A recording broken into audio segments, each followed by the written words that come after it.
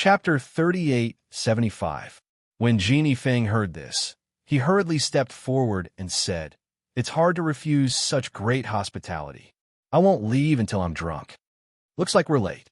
You've already served the wine and dishes." A laughing voice rang out. Everyone turned around and saw Chi Kong and Duan Yunhe walking over together. When Du Fan saw them, he smiled and said, "We've been waiting for you guys. The wine today is from Luo Yu's collection." "Then I'm in for a treat today," Duan Yunhe said with a smile. He took out a congratulatory gift and said, "Here are some small things." "Thank you." Leng Hua took the gift and stored it in her space. She said, "My mistress is still in confinement, so we can make ourselves comfortable. Please take a seat." Thus, everyone sat down and started chatting. They poured wine and picked up food to eat. They were lively in the front courtyard while Xinyuan Mose accompanied the two children and Feng Jiu in the back courtyard. Leng Hua and the others waited on them in the courtyard. That night, they drank until midnight before everyone supported each other to rest. Duan Yunhe and Genie Feng also stayed in the small house at the center of the lake because they were drunk. They only left at noon the next day. The days quietly passed in a warm atmosphere. In the blink of an eye, 3 months had passed. In the main courtyard, Grey Wolf was carefully carrying a white and tender child.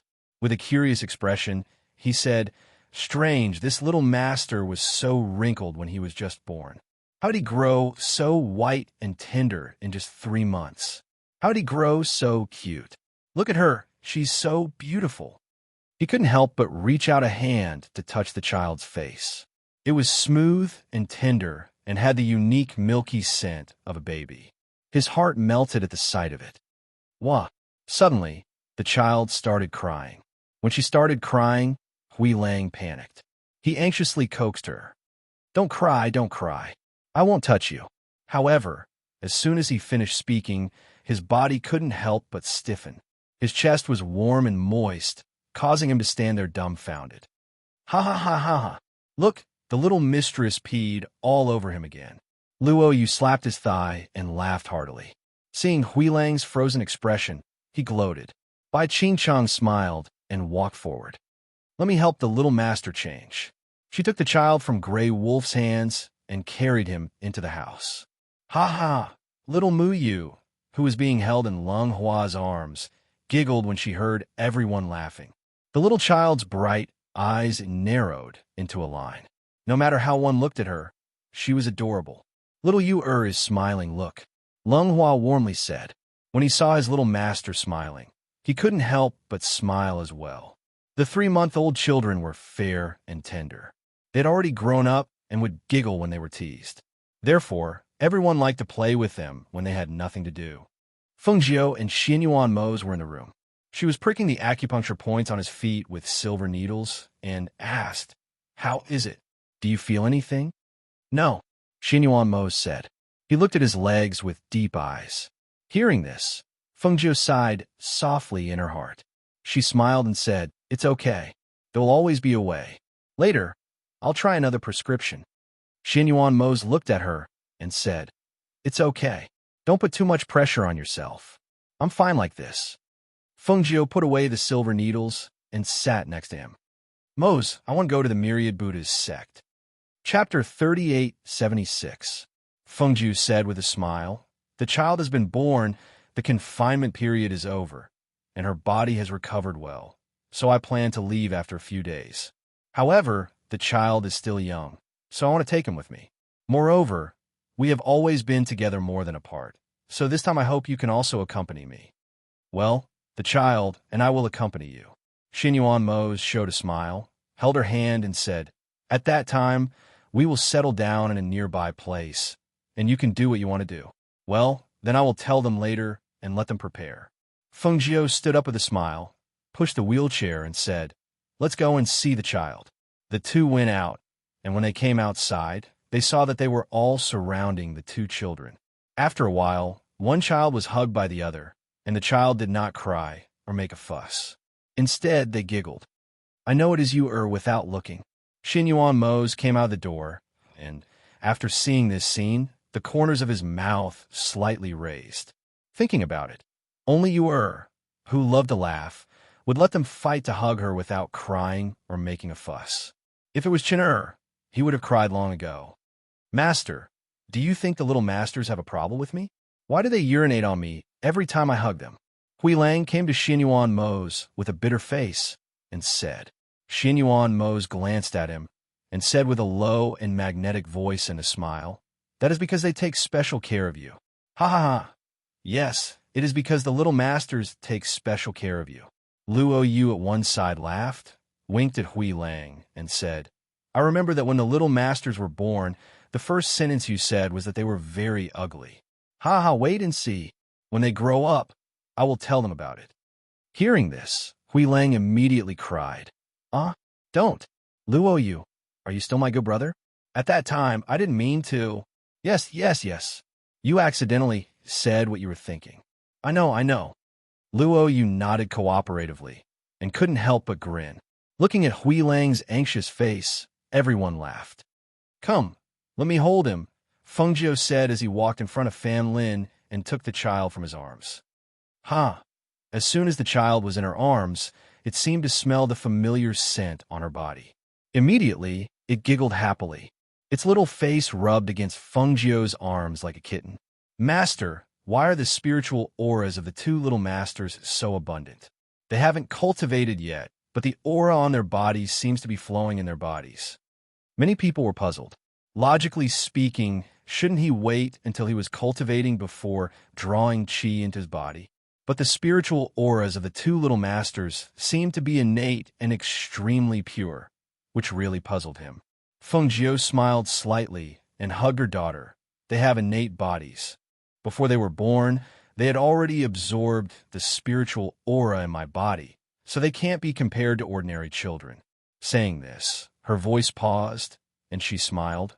Moreover, they have received the blessings and cleansing of their spirits from the various monarchs. In the future, their cultivation will advance by leaps and bounds. Chapter 3877.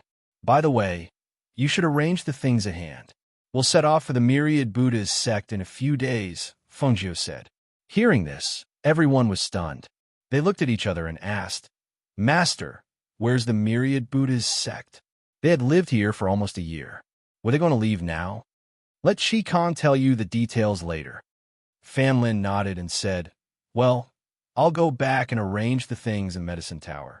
He paused and asked, Master, will you come back here in the future? Maybe not, but the Spirit Immortal City is a big town and the Lingxiao Celestial Sect is here. Maybe I'll have a chance to come back in the future. Whether they would come back or not depended on whether it was necessary. They had planned to stay here for a while, but now the people here knew their identities, and it was inconvenient for them to go in and out. It didn't matter whether they stayed or not. Hearing this, everyone nodded and said, Well, let's go and prepare. Qin Sheng, you and Qin Exine go out and buy some things that the children need. There are many things in this city that can't be found anywhere else. Buy more things that you need, in case you need them on the way. Feng Jiu told them to go out. All right, the two of them replied. Feng Jiu and Xinyuan Mo's were playing with the children in the yard, while the others went to arrange the things at hand. In the East City Lord's mansion, many people came to the mansion to tell Qi Kong about Feng Jiu's idea. Qi Kong pondered for a while and said, Since we're going to leave, I'll have to leave as the city lord. How about this? Let's go back and discuss with our master who will take over the city lord's mansion. Many people looked at him and asked, Do you have a candidate? Qi Kong smiled and said, I prefer Genie Feng, the leader of the first mercenary group. If he takes over the East City Lord's mansion, it will be more convenient for us to do things in the future. In that case, let's go. Let's go back and talk to our master. Thus, the two of them headed towards the small building in the center of the lake. In the main courtyard, when Qi Kong told Feng Jiu his idea, Feng Jiu nodded and said, All right, we'll do as you say. However, if he takes over the position of E-City Lord, I'm sure the people in the city won't accept it. Therefore, ask the people from the High Firmament Celestial Sect to go over and arrange this matter. All right, then I'll do it now. Qi Kong said, bowed, and retreated. Wow. After Qi Kong left, the child burst into tears. Xin Yuan Mose, who was standing to the side, saw his daughter crying as well as his son in Feng Jiu's arms. He said, "Maybe he's hungry. Come, give them to me. I'll carry them into the room to feed them." She stepped forward to take the children and carried both of them into the room. After seeing her enter the room, Xin Yuan Mose looked at Qin Xian in the courtyard and asked, "What stew did you make for her today?" Qin Xian replied, "Today's stew is spiritual pig trotter soup.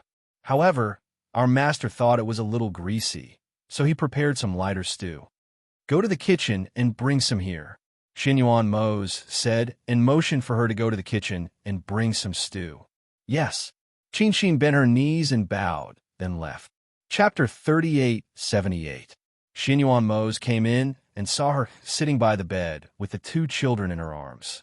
She had a smile on her face, and her eyes were gentle and loving. His heart softened. This was his wife and children. They were the people he wanted to protect. They were the most important family in his life.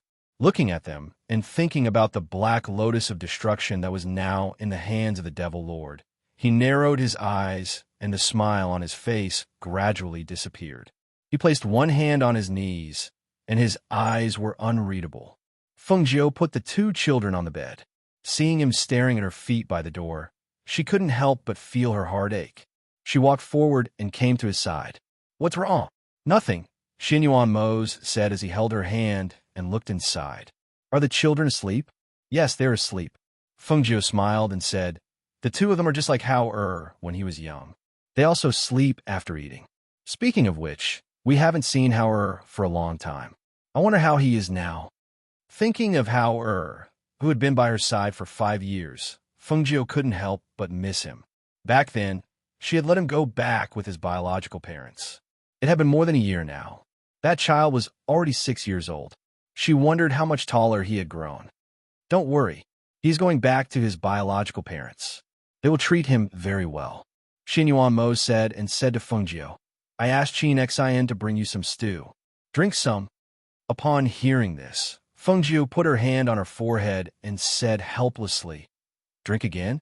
Look at how round my waist has become after my confinement." Xin Yuan Mo's lips curved slightly.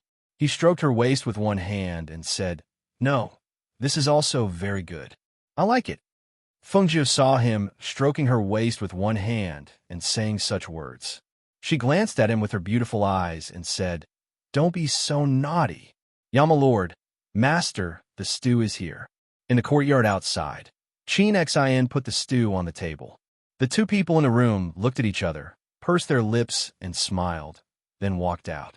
In the High Firmament Celestial Sect, everyone had gathered in the main hall because of Qi Kang's arrival. Only a few people in the High Firmament Celestial Sect had seen him before. Since he was with the Sovereign, they couldn't help but size him up. Duanyin, he looked at Qi Kang and said, "Sect Master is currently in closed-door cultivation, so he can't come out. If there's anything you need, you can tell us. Everyone here is an elder and a peak master of the High Firmament Celestial Sect."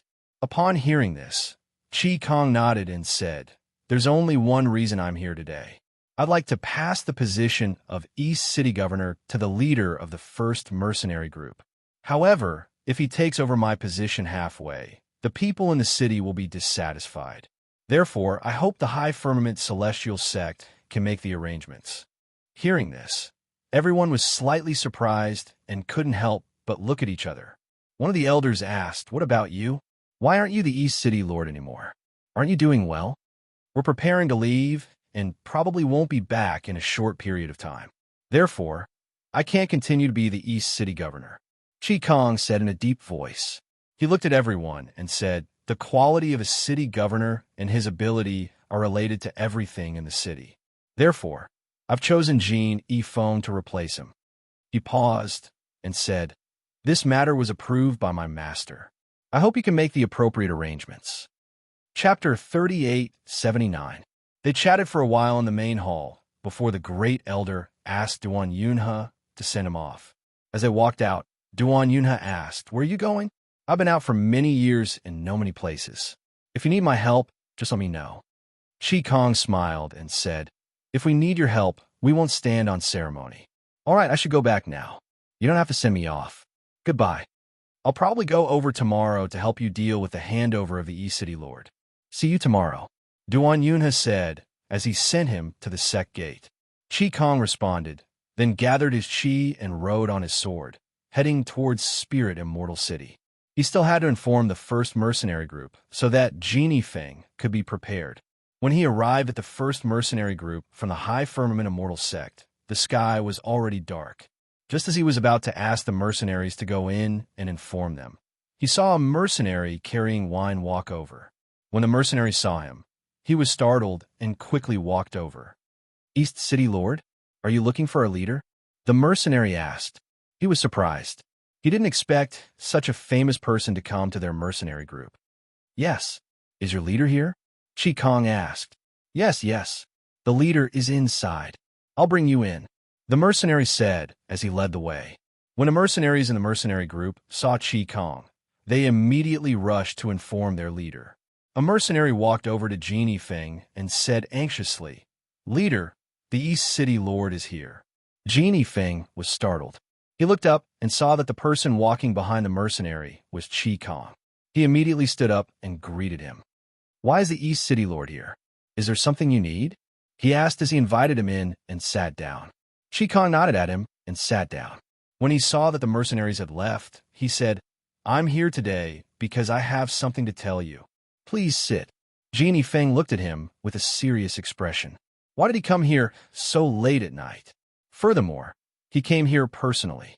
Was there something important? It's like this. We're preparing to leave, so we plan to let you take over the position of City Lord of the East District. Upon hearing this, Genie Feng was slightly surprised. You're leaving? Was he not planning to come back? You want to go too? Yes, wherever my master goes, we will follow.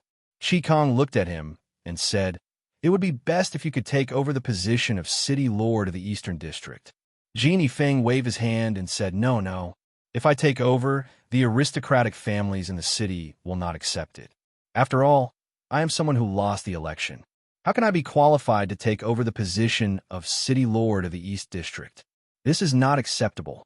I've already gone to the Lingxiao Celestial Sect. They will make the arrangements.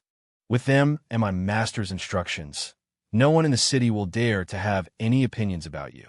Chi Kong smiled and looked at him. We've known each other for some time. We know your character. We made the decision after careful consideration to let you take over the position of City Lord of the East District.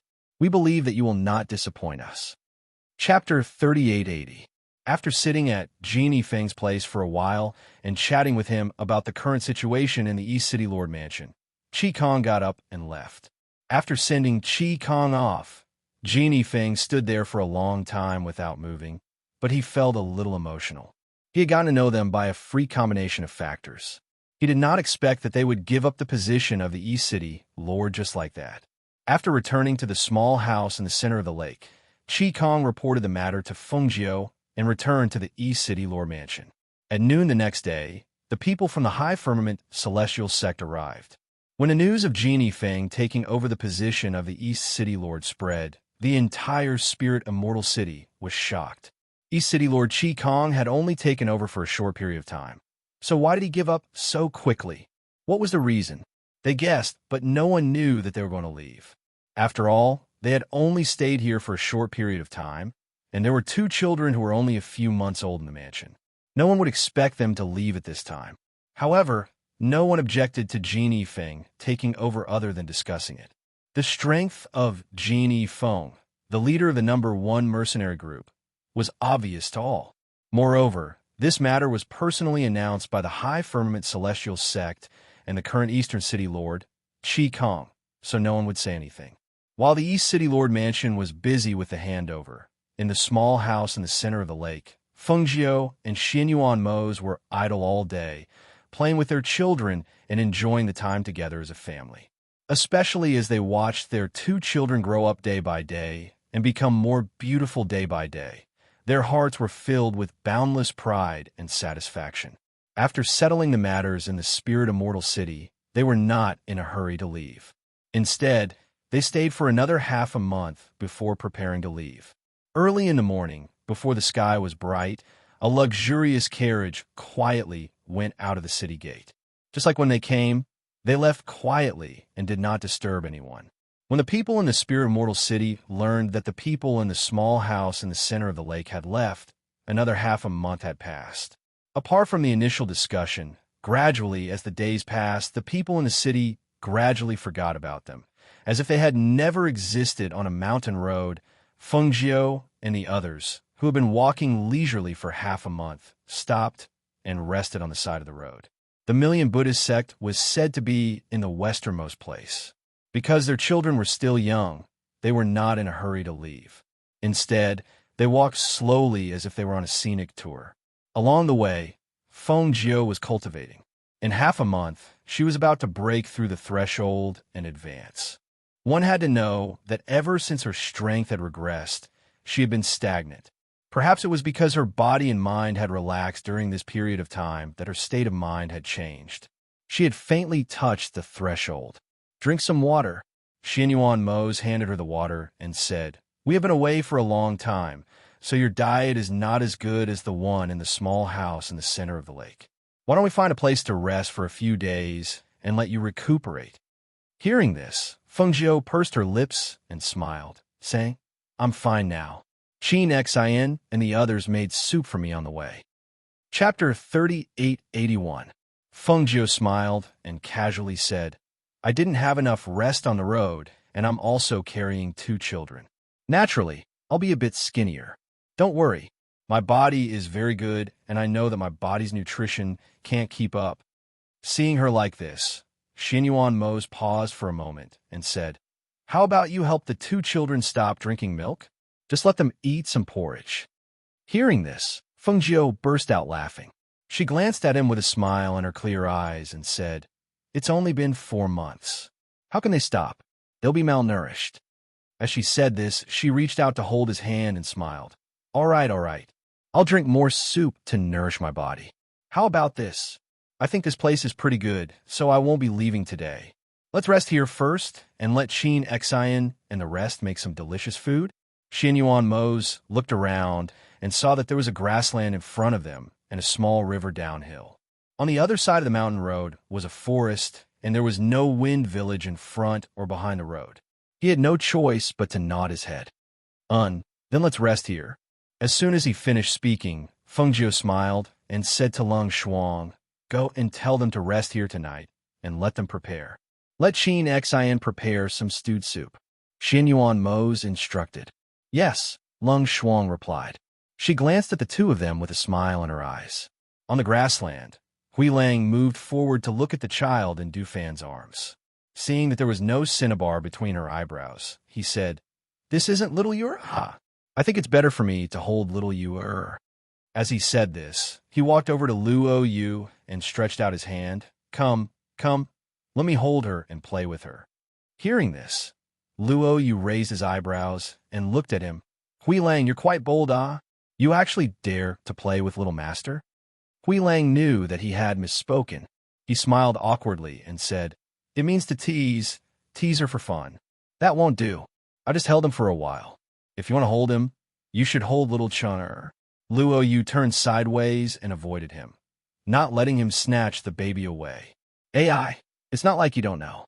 Every time I hug that little ancestor, he pees all over me. Little Yu-er is still more obedient. I still want to hug little Yu-er." Huilang grinned and looked expectantly at the child in Luo Yu's arms, who was blinking and giggling at him. "Look, little Yu-er is smiling at me. She wants me to hug her too. Give it to me, give it to me." Grey Wolf reached out his hand and looked at the tender little girl giggling at him. His heart almost melted when he saw the little girl's expression. "No," Luo Yu deliberately teased him.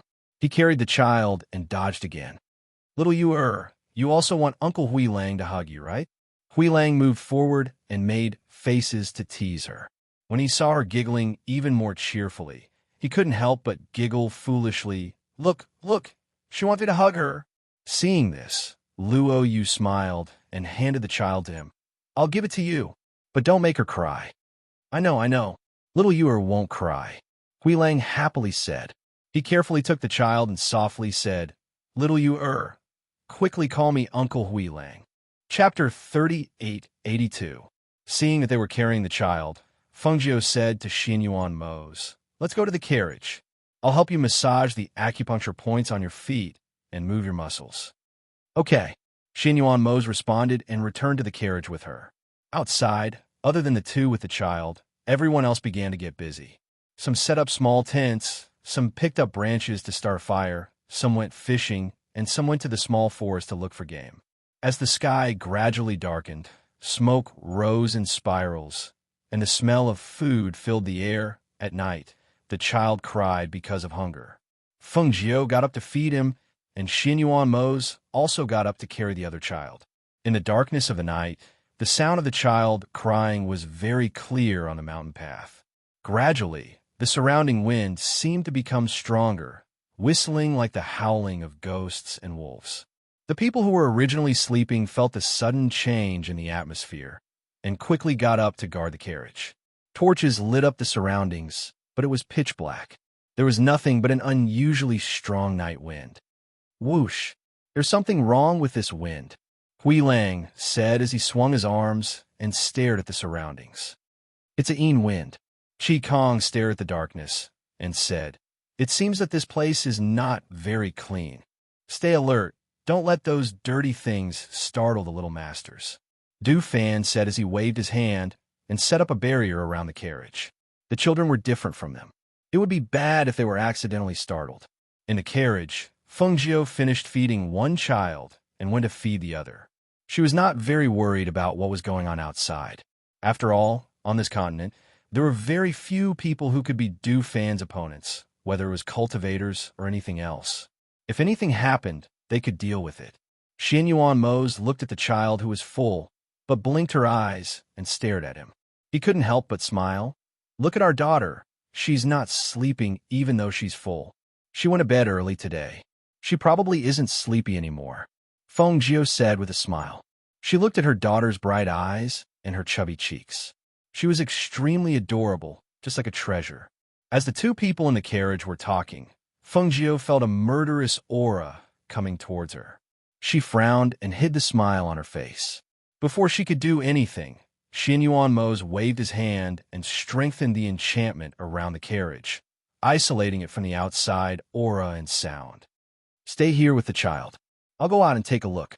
As he spoke, he placed the child in his arms beside her and prepared to go outside to take a look. This was because the murderous aura he felt earlier was extraordinary, and it gave him a bad premonition. Feng Jiu reached out to hold him back and said, "Let's wait for a moment. Let them try to deal with it first." Xin Yuan Mose paused, then said, "With their strength, it won't be a problem for them to deal with strong cultivators. However, if it's against such a strong murderous aura, they're probably still lacking."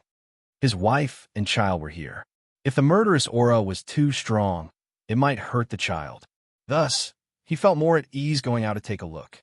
Seeing this, Feng Jiu paused for a moment and let go of his hand, saying, "Then be careful." Xin Yuan Mose pursed his lips and smiled, "And don't worry." With that, he got off the carriage first. Chapter 3883. They didn't see that after Qin Xian's body trembled at that moment, a trace of blood flashed across her eyes. In the howling, baleful yin wind, she suddenly raised her hand to grab Lung Hua beside her. She didn't have a weapon in her hand, but when she raised her finger, a wave of baleful yin qi formed. Like a sharp object, she stabbed it at Lung Hua with a ruthless and murderous speed. Lung Hua only felt a gust of baleful yin wind accompanied by a murderous intent. He instinctively looked to his side and saw her ferocious face filled with murderous intent. Her figure suddenly rushed towards him. He raised his hand to block, but unexpectedly, her strength was so great that he didn't notice it. His sleeve was torn by her fingers, and blood seeped out, dyeing the crescent moon robe red. "Be careful," the surrounding people shouted as they rushed forward. However, Qin Xian's speed was even faster, especially when she was only a step away from Lung Hua. Just as her next attack was about to land on Lung Hua's heart, a powerful pressure abruptly gushed out, and with a swoosh, Qin Xian was sent flying. Bang! Ah! A shrill scream came out of Qin Xian's mouth, but it didn't sound like Qin Xian's usual voice. Hearing it, everyone felt their hair stand on end. Du Fan and the others looked back and saw Xianyuan Mose, who was originally in the carriage, sitting outside. His body was still surging with baleful yin qi. Everyone couldn't help but call out to him. "Yama Lord!" Xianyuan Mose flicked his sleeve and took out the wheelchair that he had put away in his space. He jumped into the air and sat on the wheelchair. His gaze swept past Du Fan and the others and fell on Qin Xian, who was lying on the ground and screaming. He said to them, "This is an extremely powerful, baleful yin qi. Be careful not to be possessed by it."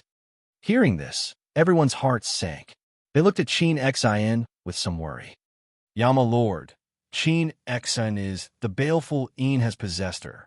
At this moment, she is already being controlled," Xianyuan Mose said in a deep voice. He saw Leng Hua's face gradually turn pale, and he was on the verge of collapsing. Many quickly help Leng Hua expel the yin qi from his body. "Leng Shuang, protect them," Xianyuan Mose immediately said in a low voice, as he said to them, "If you don't notice your injuries, if the baleful yin qi enters your body, it will become uncontrollable." "Yes," everyone responded at once. Many people quickly went up and brought Leng Hua to the back. Leng Hua looked worried as he came to their side and set up a barrier to protect them. Qin Xian, who was lying on the ground, screamed. She jumped up and rushed towards him again. Du Fan and the others were afraid that they would kill Qin Xian if they attacked too fiercely, so they didn't dare to use their full strength. But in this way, they were gradually put into a passive position. Here, the baleful yin qi in the air became more and more powerful. One of the baleful yin qi rose from the ground and pierced through the air like a cold sword. Its momentum was so strong that it had already surpassed Qin Xian's strength. They quickly dodged. Thinking that their master and the two little masters were still in the carriage, they gritted their teeth and said, "No matter what, let's capture her first." As soon as they finished speaking, several people surrounded her and attacked her fiercely. Under their siege, she was gradually at a disadvantage. Chapter 3884.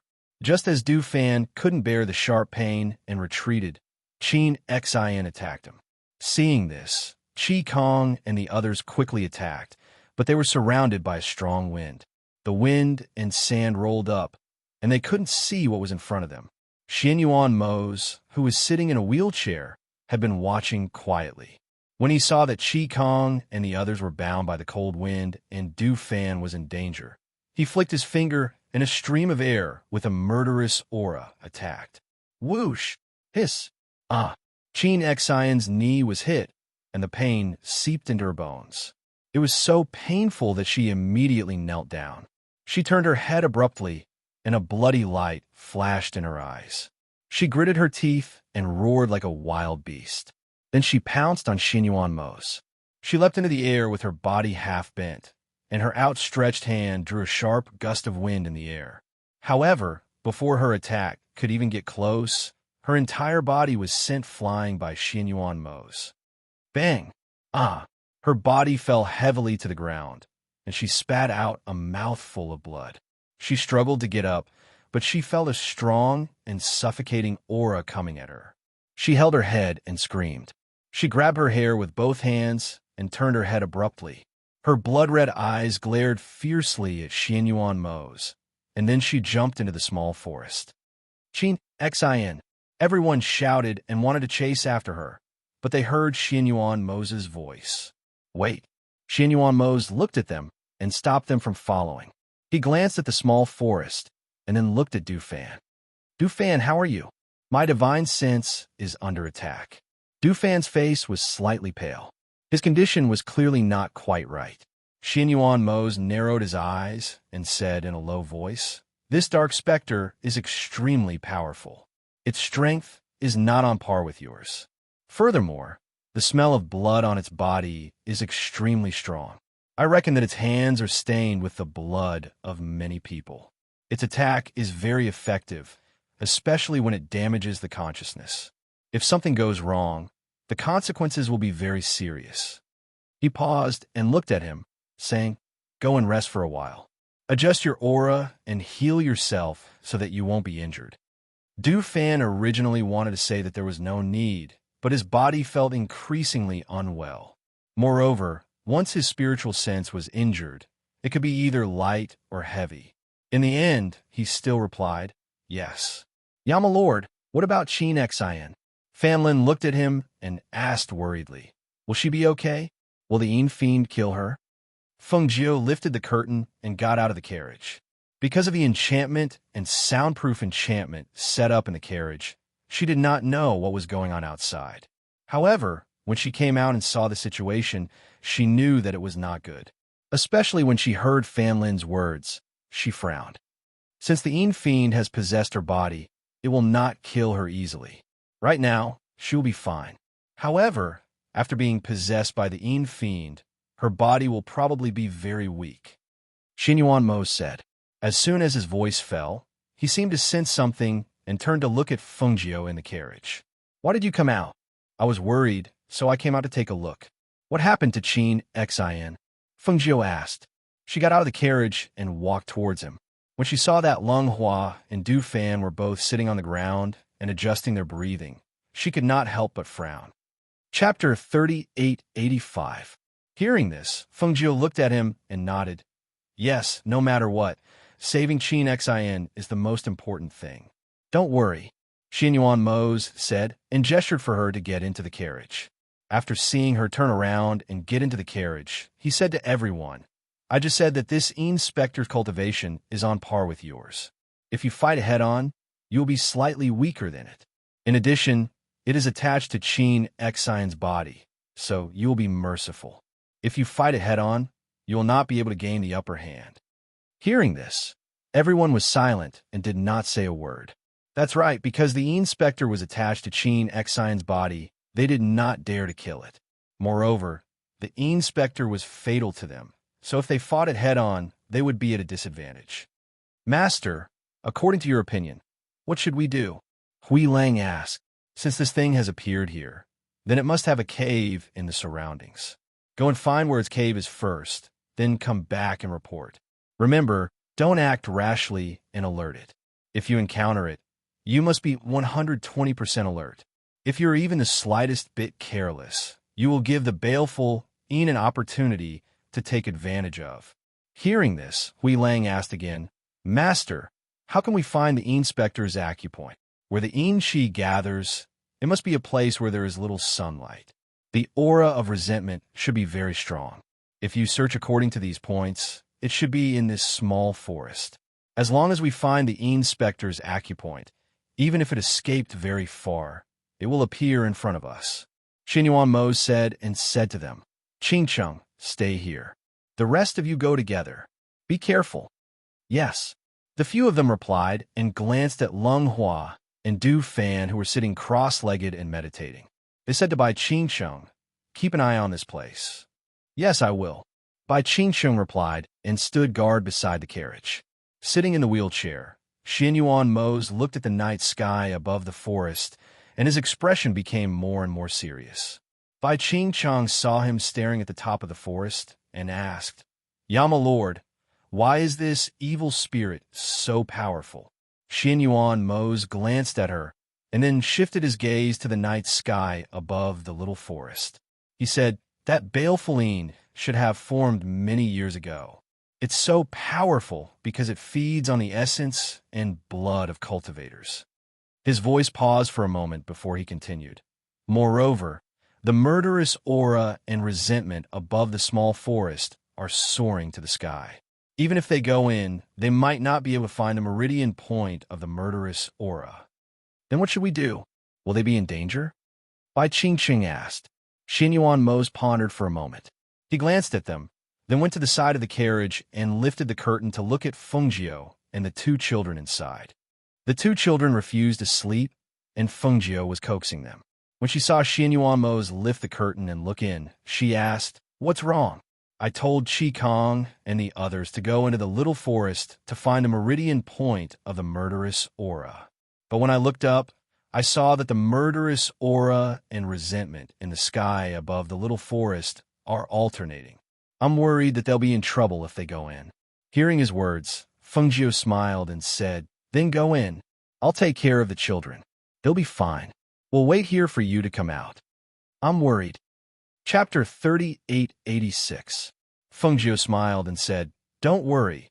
Lung Shuang and the others are still here. Don't worry." Xianyuan Mose was still hesitating. However, at this moment, a cry of surprise came from the small forest. From the sound of it, it seemed to be Hui Lang's voice. He frowned and looked towards the small forest, his thin lips slightly pursed. "Quick, go and take a look. It's Hui Lang's voice. Something must have happened." Fengjiu urged him to go and take a look. With his cultivation at the peak of the divine king stage, even if he could not stand up, his strength was not affected at all. If he went over, perhaps the matter would be resolved. Xianyuan Mose paused for a moment, then said, "Take the child and stay in the carriage. Don't come down. I'll go take a look." "Okay," Fengjiu replied. He looked at him and said, "Be careful." Xianyuan Mose looked at Lung Shuang, Bai Qingsheng, and Minnie. He said, "Be vigilant and protect them well. Minnie, you go with Mose. Lung Shuang and Qingsheng will be here. Justing you will be enough." Fengjiu gestured for him to go to Xianyuan Mose's side to take care of him. Minnie replied, "Yes."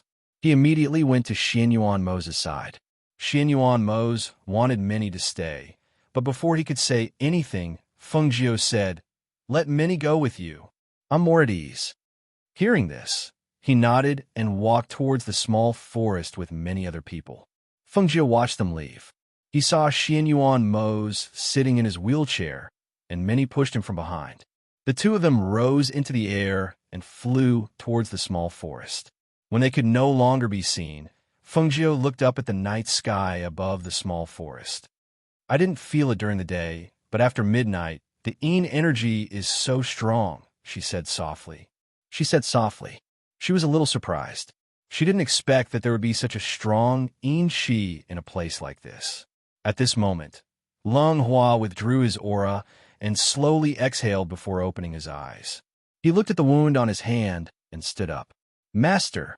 Fengjiu lifted the curtain with one hand, looked at him, and asked, "How are you? Are you feeling better?" "I'm better, but I still feel a trace of cold Yin Qi in my body," Lung Hua said. He clenched his fist and felt that his palm was also cold. Fengjiu looked at his expression and said, "Come closer." Lung Hua obeyed and came to the side of the carriage. He reached out his hand at her signal. Lung Shuang was a little worried as he watched from the side. Seeing his master take Lung Hua's pulse and withdraw his hand after a while, he asked, "Master, how is he?" Fengjiu's expression hardened slightly. "This Yin Qi is much stronger than I thought. The Yin Qi in your body hasn't been completely removed." As she spoke, she glanced at the two children waving their little hands on the soft couch.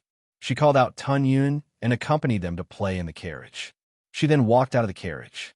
She grabbed Lung Hua's injured hand and examined the wound. Then, she circulated the spiritual energy in her body.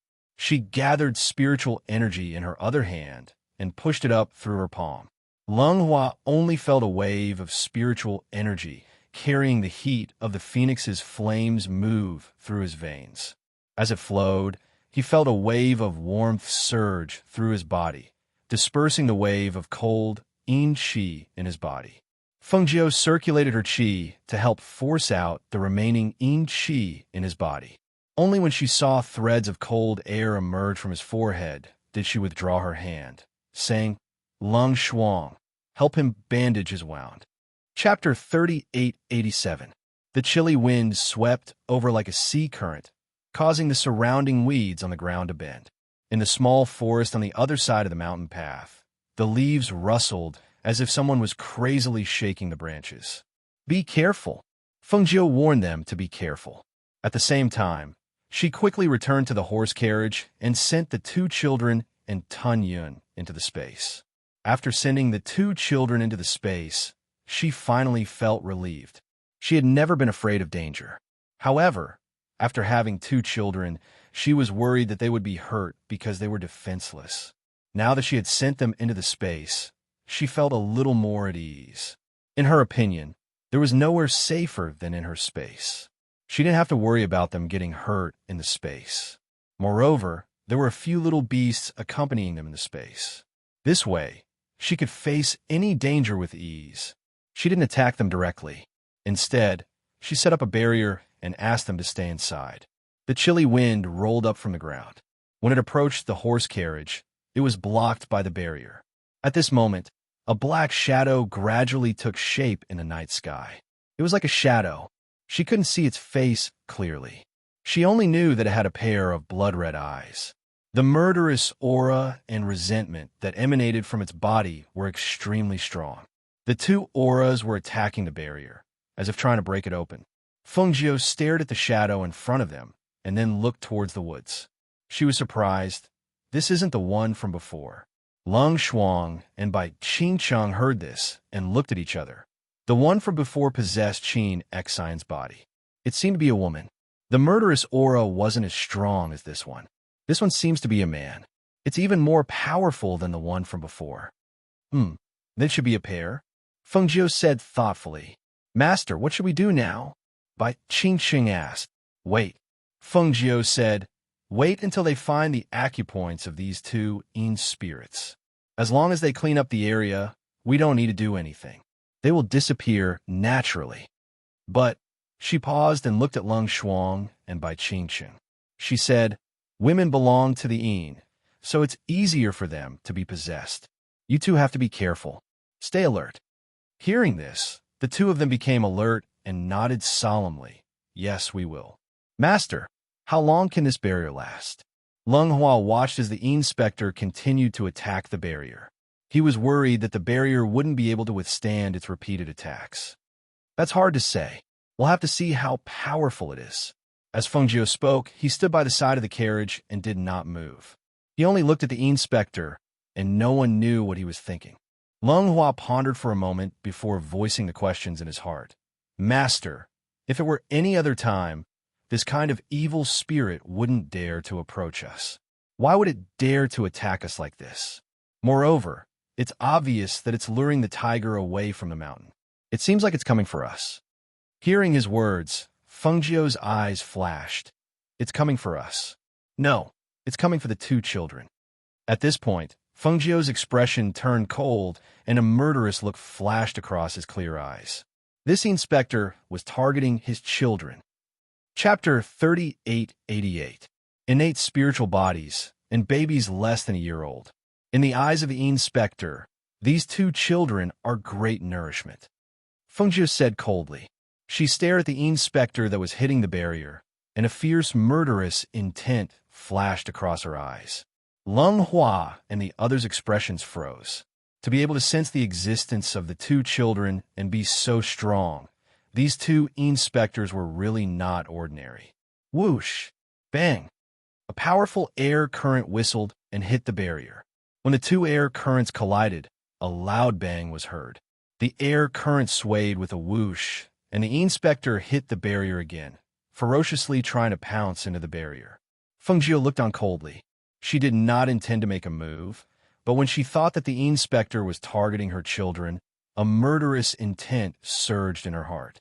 She stretched out her hand, and with a flash of light, the Qingfeng sword that she rarely used appeared in her hand.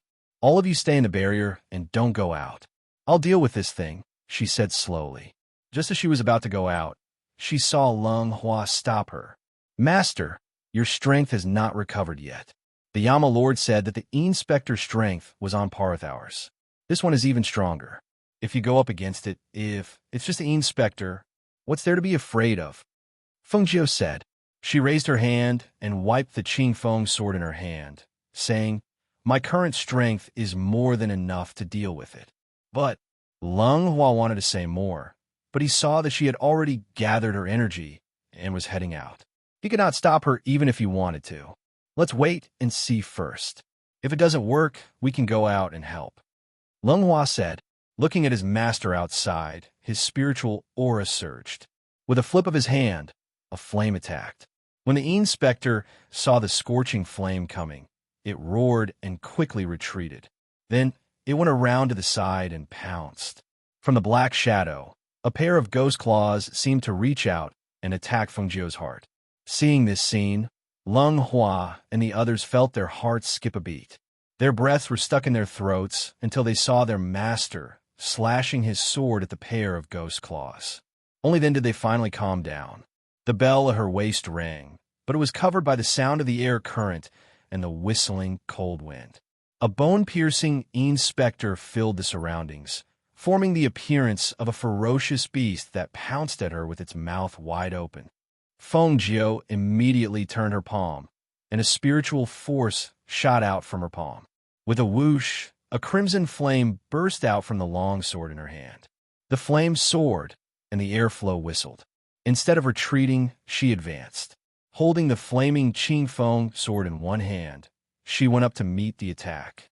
With a leap, she leaped into the air, and the long sword in her hand, which contained the power to split heaven and earth, slashed down from above.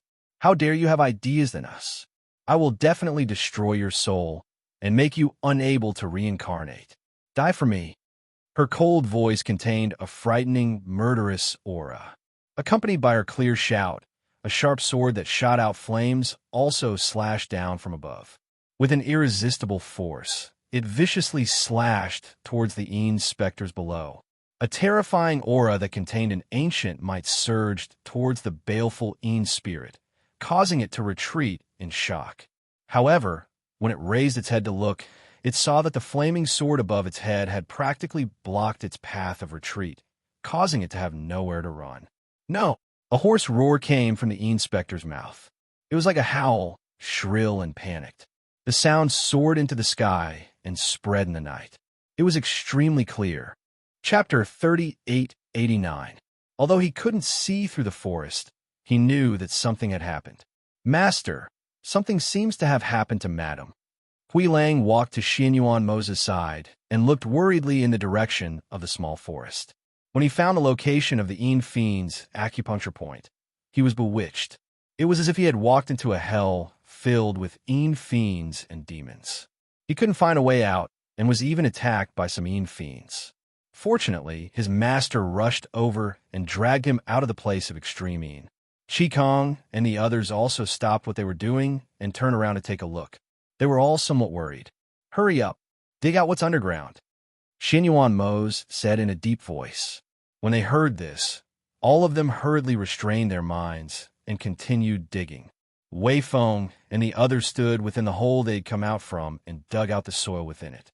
The further they dug, the more they felt a strand of Qi shoot up from beneath their feet.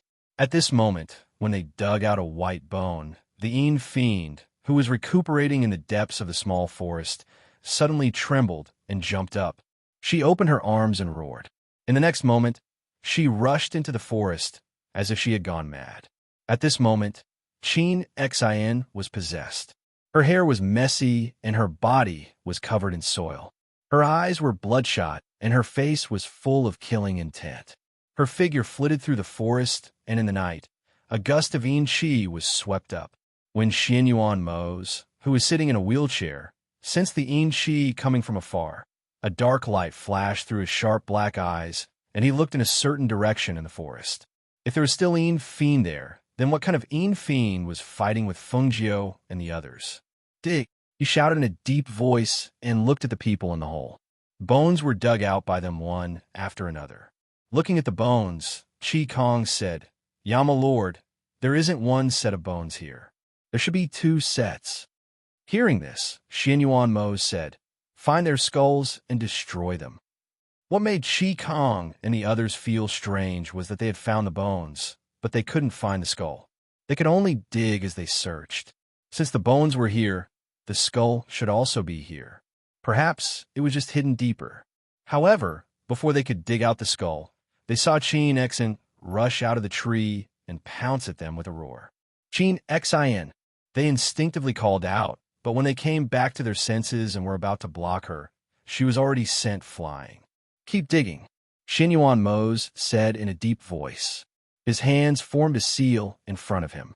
The seal was as clear as a meat bun, and along with a surge of spiritual aura, it surged out and enveloped Heart of the Zither, who was pouncing forward. The imprint was formed by spiritual power, and it pressed down on Qin Xin, pressing her against a tree not far away. The ancient aura on the imprint was like shackles that bound the Yin fiend, tightly binding her hands and feet, making her unable to break free. Found it! Wei Feng shouted in surprise and dug out a skull from the soil. There's one here too, many people said, and dug out another skull. Destroy it, Xinyuan Mose said in a deep voice. Chapter 3890. The two of them were startled and could not help but try again. However, they only saw fresh blood seeping out of the skulls, and the Yin specter attached to Qin Xian's body shrieked miserably. Bring it over, Xinyuan Mose said in a low voice, his deep gaze landing on the two skulls. At the same time, the Yin specter that was fighting with Fengjiu had already suffered a blow from Fengjiu, and its strength had been greatly reduced. It was forced to retreat in defeat. In addition to the heart-wrenching pain that came from its soul, it was unable to continue fighting. It shrieked and wanted to rush back into the small forest. However, how could Fengjiu let it escape at this time? Seeing the shadow escape into the small forest, she immediately threw the emerald edge sword in her hand into the air. A flame surged on the blade with a whoosh. Following her clear cry, the emerald edge sword, which contained her life's flame, suddenly attacked the shadow with a whoosh. Whoosh! Whoosh! The fierce sound of air surged and the sound of flames whistled. Just as the shadow was about to escape into the small forest, the emerald edge sword pierced through it from behind. As the Yin specter shrieked miserably, the flames soared into the sky with a whoosh. The shadow was surrounded and roasted by the flames. Meanwhile, in the small forest on the other side, two loud sounds rang out. Bang bang. The moment the loud sounds rang out, the other Yin specter's shriek also rang out. In the small forest, the two skulls turned into ashes in front of Xinyuan Mose. In the end, they were blown away by the wind, and not a single speck was left behind. Qin Xian. Fan Lin hurriedly rushed forward and caught Qin Xian, who had fallen from the tree. Seeing that she was unconscious, he quickly checked her pulse and fed her a pill.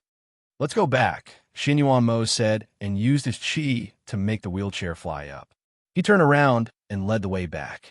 Fengjiu waved her hand and removed the barrier. Xinyuan Mo's was the first to return. The wheelchair flew down and stopped in front of her. How are you? Are you all right? Xinyuan Mo's asked and looked at the carriage. Don't worry, it's all right. I've sent the child into the space. Fengjiu said with a smile. She looked back and saw that Hui Lang was limping and Qin Xian was unconscious. She said, Let me take a look at Qin Xian. Yeah. Hearing that the child was in the interspace, Xinyuan Mo's relaxed. Master, Qin Xian's condition. Qin Xian's condition. Fan said and quickly put Qin Xian. As soon as Fengjiu reached out and touched her pulse, she felt a cold air coming from her fingertips. She took back her hand and turned her palm. She used the life flame in her body to force the Yin Qi out of her body with the help of her spiritual power. Fan Lin supported her and saw that there was a trace of cold air coming out of her head. Her originally cold body gradually warmed up, and his heart finally relaxed. After seeing his master withdraw his hand, he couldn't help but ask worriedly, Master, she has been possessed for so long. Will her body not be able to recover? She will be weaker these days. You pay more attention and take good care of her. In addition, she also has some internal injuries. You help her recuperate. Fengjiu said and then said to Bai Qing Chung and Lung Shuang, You two take her into the carriage and help her change her clothes and clean her up. Okay. The two answered and stepped forward to help the unconscious Qin Xian up. Chapter 3891. Hui Lang, how are you? Fengjiu asked, her gaze falling on Hui Lang. Don't worry, madam. I'm fine. It's just some minor injuries. Hui Lang grinned, limping to the side and sitting down. Seeing many people come forward to help him apply medicine, Fengjiu did not step forward. She came to Xinyuan Mo's side and sat down. For a moment, she did not speak, only looking ahead and thinking. The two sat in silence for a long time. Xinyuan Mo looked at her and saw her brows slightly furrowed, with worry in her eyes. He asked, Are you still worried? Yes, I didn't expect something like this to happen tonight. Fengjiu sighed softly in her heart. She did not expect that the Yin fiends would detect the innate spiritual bodies of the two children. Generally speaking, to detect spiritual bodies, one must test their spiritual energy. However, the spiritual energy of the two children was too pure and could not be concealed. In addition, the cultivation of these two Yin fiends was extremely high, so they were targeted. His voice paused, and then he said, "Don't worry. It's not often that we encounter Yin fiends with such high cultivation." "I hope so," Fengjiu said softly, her heart gradually relieved. So what if there was danger? With them by the children's side, they could naturally protect them and let them grow up safely. Because Qin, Xian, and Du Fan were injured, they were not in a hurry to continue their journey. Especially after the threat here was removed, they first rested here, preparing to rest for a day before moving. Qin Xian woke up early the next morning. Because of the medicinal pills that helped her heal, her internal injuries gradually recovered. However, her pale face could not hide the weakness of her body. Fortunately, Fan Lin took care of her and helped her recuperate. After a few days, they arrived at a town. Looking at the lively town in front of them, everyone's faces overflowed with smiles. "Yama Lord, Master, there's a town in front of us. It seems that we can have a good rest tonight," Luo Yu said happily, even his steps becoming lighter. "Then let's rest here for a day or two," Fengjiu said with a smile, lifting the curtain with one hand and looking outside. As the carriage entered the town, a few men stood at the entrance of the town and looked at the beautiful woman who lifted the curtain and peered outside. They couldn't help but stare blankly. It wasn't until their carriage entered the town that they regained their senses. Was that a fairy? It's so beautiful," a man said as he looked at the carriage that was gradually disappearing into the distance. Not only is the red-clothed woman in the carriage breathtakingly beautiful, even the few women sitting and following outside are rare beauties. The other side recovered from their shock, and their eyes were filled with amazement. One of the older men sighed softly and said, "Stop looking. Come back to your senses. Didn't you see the men beside the carriage? Each and every one of them has an outstanding temperament. It can be seen that they aren't ordinary people. Moreover, that carriage is also low-key and luxurious. I reckon that they must be from some big family. Such a beautiful woman. Any man who sees her would take a few more glances. We are stunned by her. This is human nature. After all, everyone has a love for beauty. Don't you think so? Ha ha," the man said, patting the shoulder of the person next to him and laughing loudly. Yes, that's right."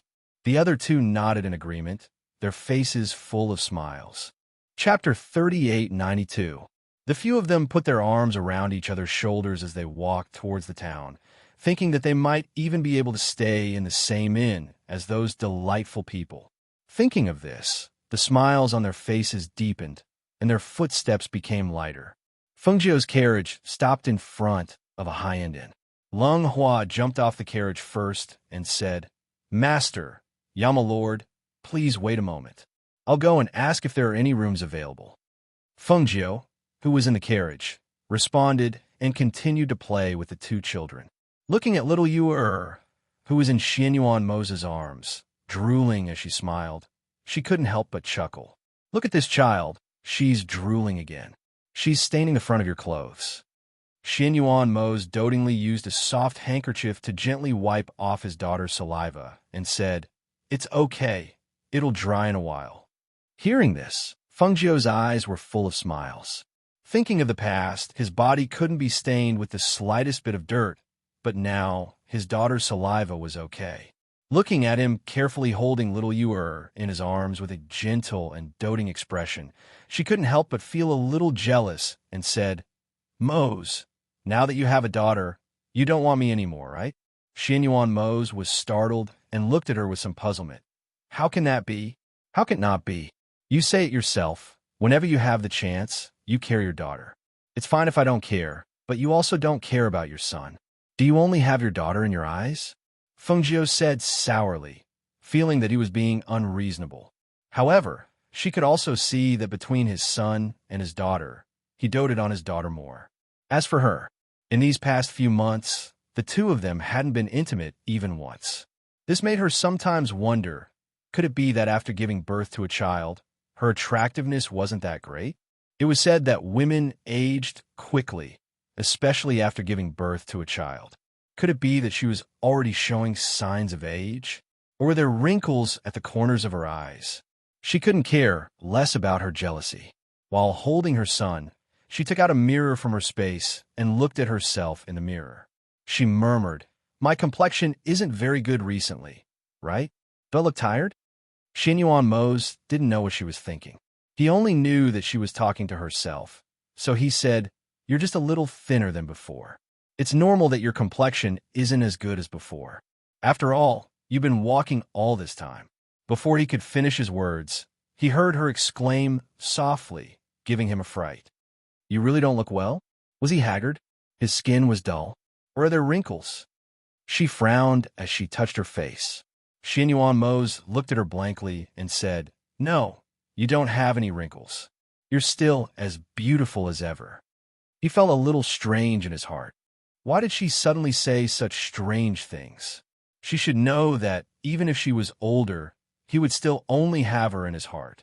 He couldn't guess what women were thinking, especially someone like him who had zero emotional intelligence. He couldn't understand what women were thinking sometimes. Feng Jiu glanced at him and said, "Chun'er and you are both your children. You must treat them equally and not be biased. Otherwise, when they grow up and become more sensible, they will naturally notice the difference in your treatment." Chapter 3893. In his opinion, a daughter should be spoiled a bit, just like how a treasure would melt in the mouth, like how a treasure would fall in the palm of the hand. As for a son, he should be disciplined. Since young, he should be instilled with the concept of taking care of and loving his younger sister. An elder brother should act like an elder brother. Of course, he didn't intend to say these words to Feng Jiu. He reckoned that if he said it, she would feel that he was biased. Hearing his words, Feng Jiu glanced at him and said, "What you said is somewhat reasonable. However, spoiling her too much won't do. If she's spoiled too much, it won't be good. That won't happen. She's our daughter. Naturally, she won't learn to be arrogant and willful. What's more, she's still young." While speaking, Shin Yuan Mose lowered his head to look at his daughter in his embrace. He saw the little person in his embrace blinking her bright black eyes and grinning. That little appearance was so cute that he couldn't help but lean over and kiss her tender little face. "Little Yuer is so obedient." Shin Yuan Mose praised her with a smile. Seeing his daughter giggling and dancing with joy, he also laughed. Children were the most innocent and worry-free. A child's smile was also the cleanest. Seeing her happily smiling, he naturally also laughed with her. This kind of feeling, in his opinion, was very wonderful. Seeing this scene, Feng Jiu felt happy in her heart. At the same time, she inwardly scolded herself for not adjusting her mentality. Unexpectedly, she was jealous of her own daughter. She was just about to tease little Yuer when she heard Lung Hua's voice from outside. "Master, Yama Lord, the room has already been booked. Let's rest here." Seeing this, Feng Jiu took Yuer from Shin Yuan Mose's embrace and said, "Let's get off the carriage first. Go inside and play with the child." Shin Yuan Mose nodded and got off the carriage first. Sitting in his wheelchair, he waited for them to get off the carriage. Bai Qingsheng and Lung Shuang each carried a child and waited at the side. At this time, Feng Jiu got off the carriage and came to Shin Yuan Mose's side, pushing him inside. Their group's outstanding appearances would attract attention no matter where they went. Just like now, when the people on the first floor of the inn entered, their gazes also fell on them, sizing them up. This inn was the best inn in this town. Those who could stay here were all rich people. At this time, when they saw Feng Jiu and the others come in, the people in the inn were slightly surprised and secretly shocked. Anyone with a bit of insight would naturally be able to tell that this group of people was not ordinary. One had to know that the cultivation world was never short of handsome men and beautiful women. However, it would be difficult to find someone as outstanding as this group of people, even in the cultivation world, who could compare to them. "I rented the rear courtyard of this inn. It's quieter there," Lung Hua said, and led them to the rear courtyard. When they arrived at the rear courtyard, Huilang looked around and grinned. There are quite a lot of rooms here. The environment also looks pretty good. And the price is also very unusual. Luo Yu said from the side. He crossed his arms and walked while looking at the decoration and environment inside. Master, this is the master bedroom in the rear courtyard. Take a look and see if you're satisfied. If you don't like it, you can change it again. Lung Hua said, while looking at the flowers and trees in the courtyard. Feng Jiu roughly looked around and asked Xianyuan Mose, what do you think? Chapter 3894. Feng Jiu pursed her lips into a smile and said to Lung Hua, that's good enough. Being outside can't compare to being at home. Moreover, staying at an inn was already much better than sleeping in the open. Hearing this, Lung Hua smiled warmly and said, good. Then, mistress, Yamalord, you should rest first. I'll go ahead and make some arrangements and have them prepare some food. As he spoke, he bowed and retreated. Just give the children to me. You should go tidy up and rest. Feng Jiu said as she took the two children and carried them on her left and right. After entering the room, she placed the two children on the bed and leaned against the bed to stretch. She leaned against the headboard and watched as Xianyuan Mose came in. After looking around, she poured a cup of water from the table and drank it. She propped up her chin with one hand and looked at him, admiring his handsome and resolute face. Regardless of whether it was his injuries or his inability to walk, it didn't affect his unique, calm aura. Instead, it added an indescribable charm to him. Because he hadn't shaved for 2 days, there was a bit of beard growing on his chin. However, it didn't give off a sloppy feeling. Instead, it was very manly. What's wrong? Seeing her stare at him, Xianyuan Mose was a little confused. Nothing. It's just that when I look at you, I feel that you're very pleasing to the eye. She smiled lightly and got up to sit by the table. She also poured a cup of water to drink. When Xianyuan Mose heard this, he couldn't help but raise his eyebrows. The corners of his lips curved as he said, it's rare to hear you praise my appearance. However, he stroked the beard that had grown on his chin and said, it's time to shave. On this side, the two were chatting. On the bed, the two children were waving their hands and feet and trying to turn over. Gradually, one of the children came to the side of the bed. The other tried to turn over, but couldn't. However, because his foot went out of the bed first, his entire body rolled off the bed. Xianyuan Mose caught a glimpse of a pink figure rolling off the bed from the corner of his eye. He was so frightened that he immediately stood up and rushed out. Feng Jiu turned around in astonishment and saw Xianyuan Mose sitting on the ground, holding his naughty daughter, who was still waving her hands and feet. The little girl didn't know what had just happened and was still happily waving her hands and feet and giggling.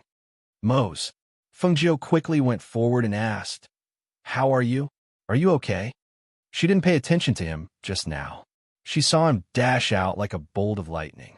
The child was fine after being caught by him, but she didn't know if he fell.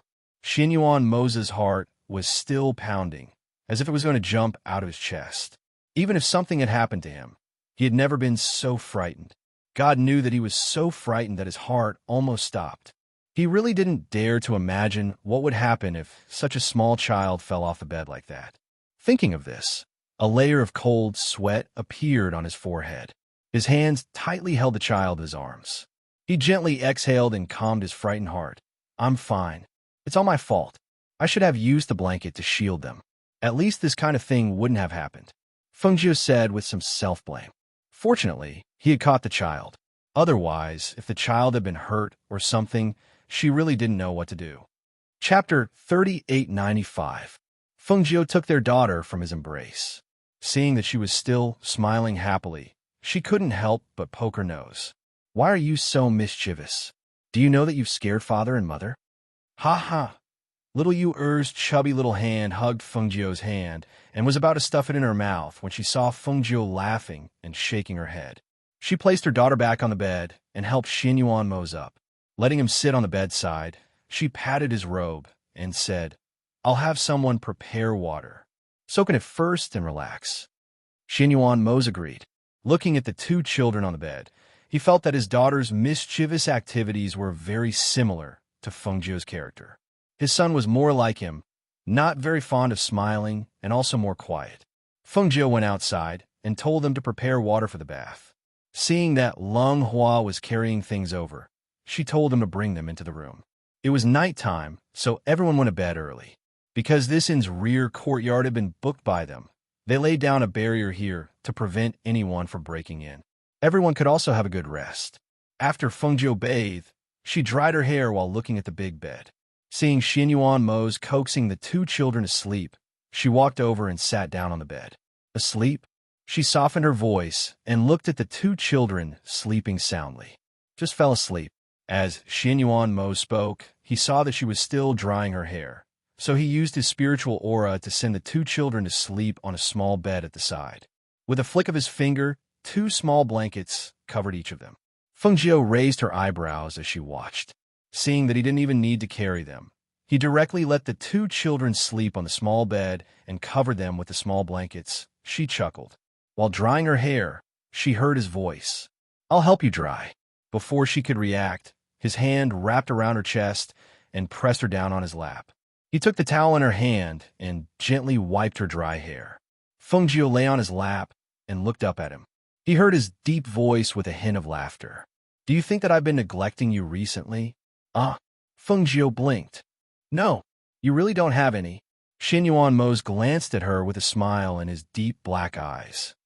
"I really didn't. Since when did you neglect me?" As Feng Jiu spoke, her eyes turned slightly, but she secretly thought to herself, "It's just that I feel that since I gave birth to the child, the two of them have rarely been intimate." Of course, she would not tell him this.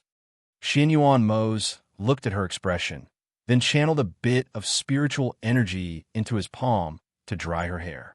Then he said, "You said in the carriage today, just now, I thought about it carefully and felt that I have indeed neglected you during this period of time."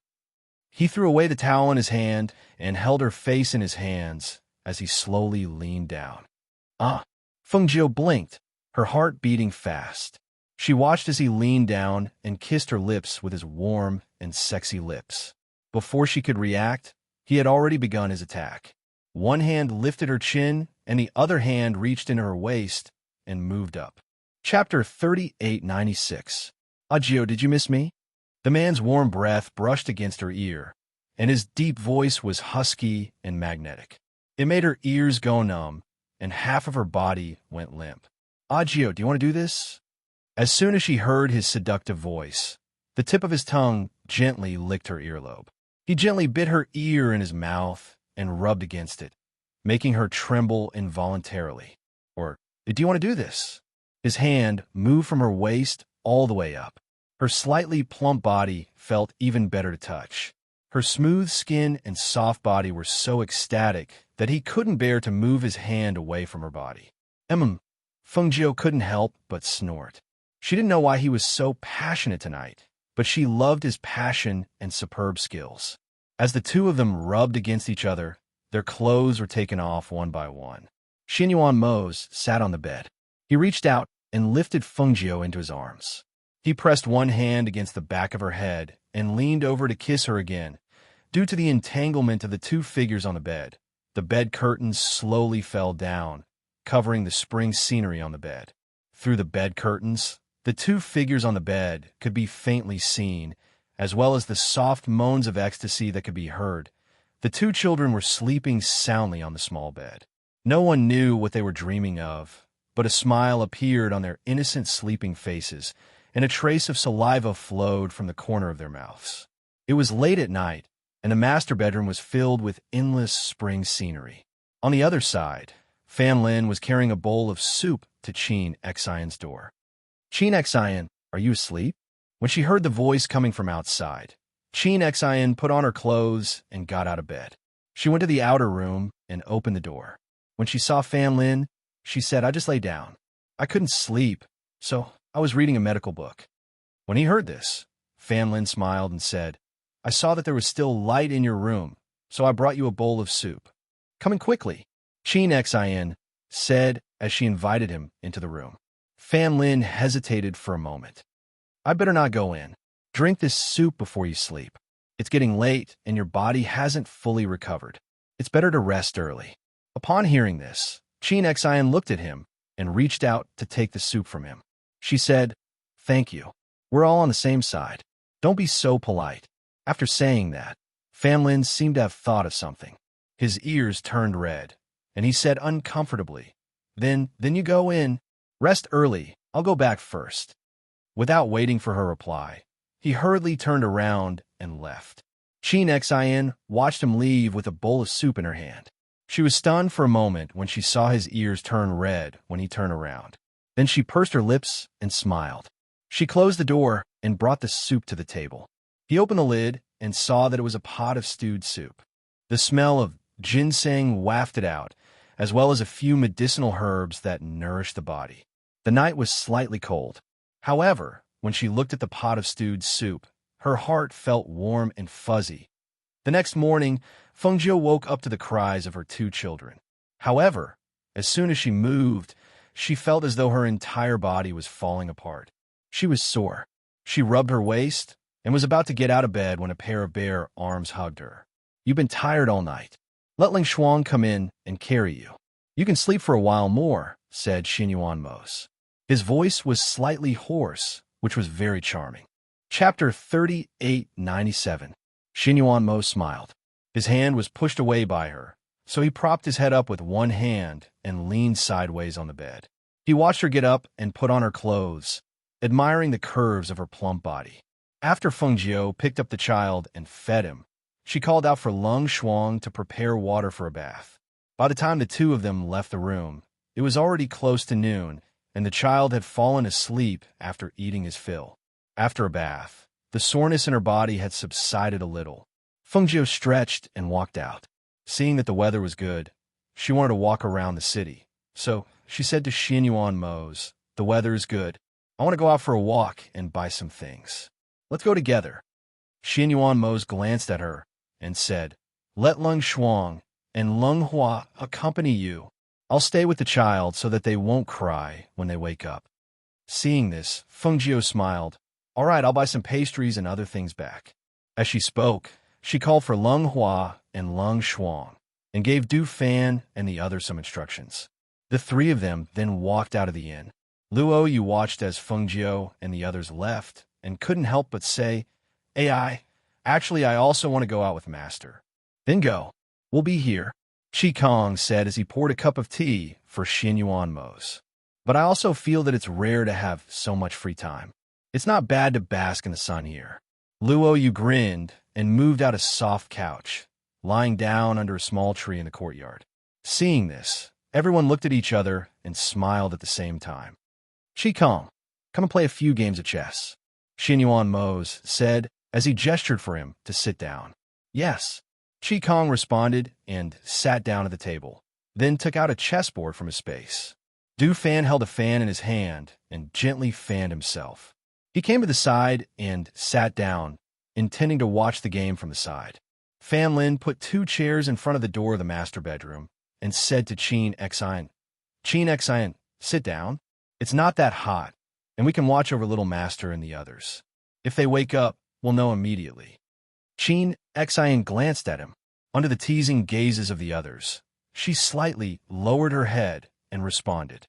With a bit of shyness, she went to sit beside Fan Lin. Qin Sheng went to the inn in front of them and brought some pastries and fresh fruits to the side for everyone to eat. She also poured a cup of tea for everyone and then waited by the side, watching them play chess. On the other side, Fengjiu, dressed in red, led Lung Shuang and Lung Hua out of the inn. Walking on the street and looking at the bustling streets, she couldn't help but smile happily and relaxedly. Lung Shuang and Lung Hua followed beside her. They saw that their master was obviously in a good mood today and was full of energy. The 2 of them looked at each other, pursed their lips and smiled, and quietly followed behind her. "This town doesn't look big, but there are many things on the street," Fengjiu said as she picked up a rattle drum from a stall and shook it, making a crisp sound. She looked back at the 2 of them and asked, "Look at this. What do you think of buying this to play with?" Lung Hua looked at the rattle drum and felt that the workmanship was a bit rough. He said, "Master, I saw a shop selling children's toys over there. Why don't we go there and have a look?" "Oh, Is there? Feng Jiu said in surprise, and looked in the direction he pointed. Yes, it's over there. It's not far from here. Long Hua pointed a shop in front of them. However, at this moment, an arrogant shout came at them. Chapter 3898. A man shouted arrogantly. He strode over and reached out to break Long Hua's hand. Long Hua glanced at the man and saw that there were 7 or 8 people behind him. They were all burly and had fierce expressions on their faces. When he saw that the man was about to break his hand, he dodged the man's outstretched hand and retracted his own. He said gently, I wasn't pointing at you. No? Do you think I'm blind? I was collecting money over there when I saw you pointing at me. Tell me, what do you want? Huh? He puffed out his muscular chest and walked forward, wanting to use his chest to hit Long Hua. But who would have thought that when he took a step forward, his chest couldn't even move Long Hua in the slightest. This made him feel a little embarrassed. Especially after trying a few times, he still felt that the other party couldn't even shake him. He became angry from embarrassment. He raised his fist and swung it heavily at Long Hua's gentle face. You're asking for it. The man shouted angrily and swung his fist. However, in the next moment, the fist didn't land on Long Hua's body. Instead, Long Hua reached out and grabbed it. Long Hua twisted his body sideways and kicked the man's knee with the tip of his foot. The man immediately knelt down. Hiss! The man sucked in a breath of cold air. One of his hands was twisted behind his back. His knee was numb, and he couldn't even stand up. His face was red. He shouted at the 7 or 8 people standing at the side, stunned. What are you still looking at? Hurry up and attack. Kid, let go of our boss. The 7 or 8 people shouted. They reached for their waists and pulled out their swords to slash at Long Hua. Long Hua pulled the man kneeling on the ground up to block them. The man was so scared that his face turned pale. He cried out in alarm, watch out, watch out, don't cut me. He struggled to free his hand, but as he struggled, a cracking sound came from his bones. The pain made him break out in a cold sweat. He knew in his heart that his hand had been broken. Who? The blade couldn't be retracted, so it could only slash to the side. When the wind swept past, the man who was being held by Long Hua was so shocked that his legs went soft. He gritted his teeth and shouted at the man who was wielding the blade. God damn it! Do you want to kill me or save me? Quickly put away the knife and use your fists. However, at this moment, Long Hua grabbed the man with one hand and rushed forward. In a few moves, he beat the man who pounced with his fist to the ground. Looking at the bruised and swollen men, he picked up the one next to him and asked, Do you still want to fight? No, no more fighting, no more fighting. The man quickly shook his head and said. Hearing that, Long Hua pushed him and said, Get lost. Don't let me see you again. As soon as the man regained his freedom, he hissed and clutched his injured arm. He glanced at Long Hua, who had turned around to leave, and a ruthless look flashed across his eyes. In the next moment, he flicked his sleeve, and 2 hidden weapons shot out without warning. Whoosh! Long Hua originally wanted to let them go and didn't want to kill them. However, when he turned around, the murderous aura behind him made him turn back. At the same time, he flicked his sleeve and a wave of spiritual energy shot out, sending the 2 hidden weapons back. Whoosh whoosh! The 2 hidden weapons shot back at the man. The man didn't expect the hidden weapons to be shot back. He couldn't dodge in time, and the 2 hidden weapons pierced his chest. Chapter 3899. Seeing the man fall to the ground, his body convulsing as he spat out black blood. His lips and face quickly turned a dark purple color. The surrounding people cried out in alarm. Murder! Murder! The people at the stall cried out in alarm and avoided the scene. When the 7 or 8 men who got up from the ground saw their big brother fall to the ground and spit out black blood, their faces turned pale with fright. The 2 braver men went forward to help him up. Big brother, big brother. They searched his body and shouted, Where's the antidote? Where's the antidote? Where is it? There's no antidote. Cough, cough. Help me take revenge. As he spoke, he couldn't catch his breath and breathed his last. Even in death, his eyes were wide open. Big brother. The 2 men who were supporting Long Hua shouted. They looked at Lung Hua in horror as they dragged Lung Hua's body back. They kept saying, "You're dead. You're dead. You actually killed our big brother. You're dead." Feng Jiu and Lung Hua stood to the side. When they saw the people at the stalls retreat and look at Lung Hua with pity, their hearts moved. They walked forward and asked an old woman, "Old madam, who is that dead person?" The old woman saw that Feng Jiu was beautiful in red and her tone was gentle and kind. She whispered, "That's the local tyrant of this city. He's been collecting protection fees in the city because his brother-in-law is the city lord." As she spoke, the old woman said, "Madam, you should leave quickly. If the city lord comes, you won't be able to leave." The three of them had outstanding appearances and temperaments. When the three of them walked together, the people on the street were looking at them. They knew that they were together. Now that the man had killed the local tyrant, he was probably in trouble. Hearing this, Feng Jiu smiled. "Thank you, but it's okay." It was indeed okay. Even if the city lord was here, it wouldn't matter if they killed him, not to mention that he was just a relative of the city lord.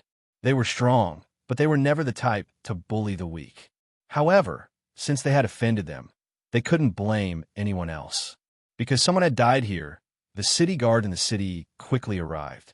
A group of more than 20 people quickly surrounded the area. When a man in the lead saw the dead person on the ground, his eyes narrowed. He immediately looked around and shouted, "Who killed him?" "Captain, he's the one who killed him. He killed my big brother." The two men who were supporting the corpse said as they pointed at Lung Hua, who was still standing there. "Capture him." The guard captain waved his hand and shouted. Just as the guards were about to step forward, a gentle voice rang out. "Why are you arresting him?" Feng Jiu glanced at the guard captain and slowly walked up to Lung Hua's side. He looked at them and said, "Are you trying to arrest me without any reason? On what basis? Who are you?" The guard captain shouted. When he saw Feng Jiu's face, a look of surprise flashed across his eyes. His tone also softened a little. "It's none of your business. Don't get involved. Move aside. He's one of my men," Feng Jiu said indifferently. His gaze landed on the corpse on the ground. He said, "This person deserved to die. The hidden weapon was his own, and he was the one who poisoned himself. Now that he's dead, who can he blame?" Chapter 3900. Hearing Feng Jiu's words, the guard captain's face darkened. "Do you know that he is our city lord's brother-in-law? Your people killed him. Do you think you can just let it go like this?" Feng Jiu chuckled. "We were just acting in self-defense. Moreover, we haven't even pursued the matter of him trying to kill us. If we pursue the matter, even your city lord will be implicated." Hearing this, the guard captain's eyes flashed. He looked at Feng Jiu's group and asked, "You're not from here?" "That's right. We just happened to pass by and decided to rest here," Feng Jiu said casually. Hearing this, the guard captain's face lit up. "No wonder you dare to say such big words. We must bring this person back to report on our mission. As for the two of you, you should leave quickly. If our city lord comes here, you won't be able to leave even if you want to." With the beauty of these two women, if their city lord came, it would be difficult for them to escape the clutches of the city lord. Others might not know, but he knew that there were many beautiful women secretly kidnapped in the city lord's mansion. If those women could catch the city lord's eye, there was no need to mention these two women. "The city lord is here," someone shouted from behind. Feng Jiu and the others looked over and saw a group of people quickly jogging over. In the middle of the group, a man of about 40 years old followed quickly. The first thing he saw was not the dead brother-in-law on the ground, but the dazzling red-clothed Feng Jiu. Seeing such a beauty, a trace of amazement flashed across his eyes. Light blossomed in his eyes as he stared at her, as if she was his prey. Without saying a word, he shouted in a deep voice, "Capture all of them!" Seeing the guards rushing over, Lung Shuang coldly shouted, "Impudent!" As soon as the voice fell, a powerful pressure spread out. The powerful pressure immediately stopped the guards in their tracks. Their faces were pale as they retreated. They vaguely felt as if a mountain was pressing down on them, making them unable to stand up. The city lord stared at Feng Jiu and praised in his heart. How could there be such a beautiful woman? However, at this moment, he heard the cold shout and felt a terrifying pressure. That pressure was like an ice needle piercing into his body, causing him to shiver. He suddenly came back to his senses and looked at the woman in black. He stared at Lung Shuang in shock, unable to believe that such a powerful pressure had come from the woman in black. Under that pressure, the blood in his body churned, but his blood was piercingly cold. The pressure grew stronger and heavier, causing his knees to bend involuntarily under the pressure. With a plop, he knelt down and spat out a mouthful of blood. City Lord. Everyone was shocked and looked at the city lord who was kneeling on his knees. As for the surrounding commoners, they did not approach and the pressure did not fall on them. Naturally, they did not know why the city lord suddenly became like this. However, they vaguely felt that it had something to do with the woman in black who shouted. When the guard captain saw this scene, he was so shocked that he was speechless. He only felt that the pressure had not dissipated and was still lingering in the air. Most of it landed on the city lord's body. Chapter 39:01. Feng Jiao and the others looked in the direction of the voice and saw a monk in a beige robe standing in the crowd with his palms clasped together. He was very conspicuous. Looking at the monk, Feng Jiao's eyes flickered. This was the first time she saw a monk here, and he looked no different from the monk she had seen in her previous life. No, there was something different. There was a Buddha's light on this monk. Even if it was faint, it was still the Buddha's light. As far as she knew, most of the Buddhas and monks on this continent were from the Million Buddhist sect. Thinking of this, she raised her hand and motioned for Lung Shuang to step back. Master, are you from the Million Buddhist sect? She asked directly, her eyes falling on the monk. Since he could remove the pressure of Lung Shuang with a flick of his hand, his strength and cultivation were not a problem. It was reasonable to call him a master. There was a little monk behind the monk. When he heard Feng Jiao's words, he could not help but poke his head out from behind and look at Feng Jiao curiously. When the monk in front heard Feng Jiao's words, he just smiled and said, Benefactress, you have sharp eyes. Feng Jiao smiled and said slowly, Today, I will give you face and not kill this person, but... She paused, and a cold light suddenly shot out from her fingers and cut off the arm of the city lord kneeling on the ground like a sharp blade. Hiss! Ah! With a shrill scream, the broken arm rolled on the ground. Blood splashed out instantly and spilled all over the ground. It was a shocking sight. No one had expected this sudden scene. Even the monk was slightly stunned.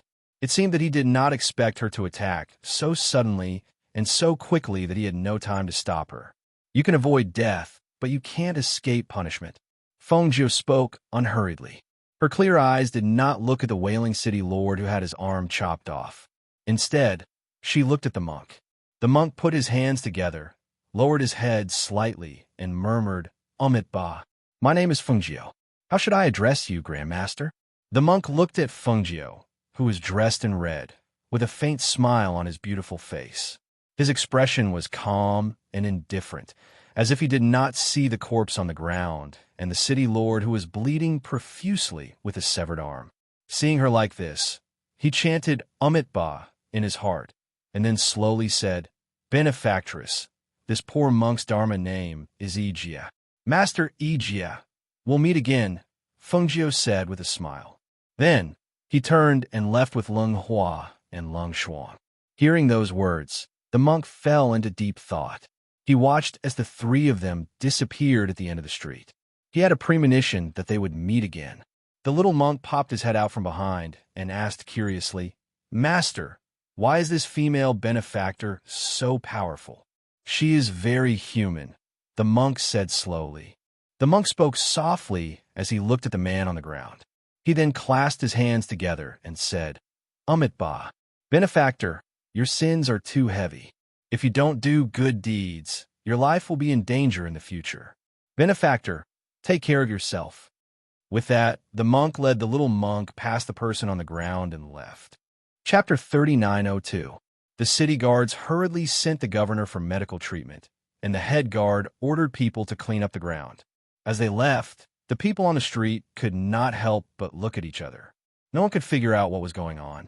They had thought that the beautiful woman in red and her two companions would suffer, but who knew that the governor's arm was cut off, and the three people did not dare to do anything to them.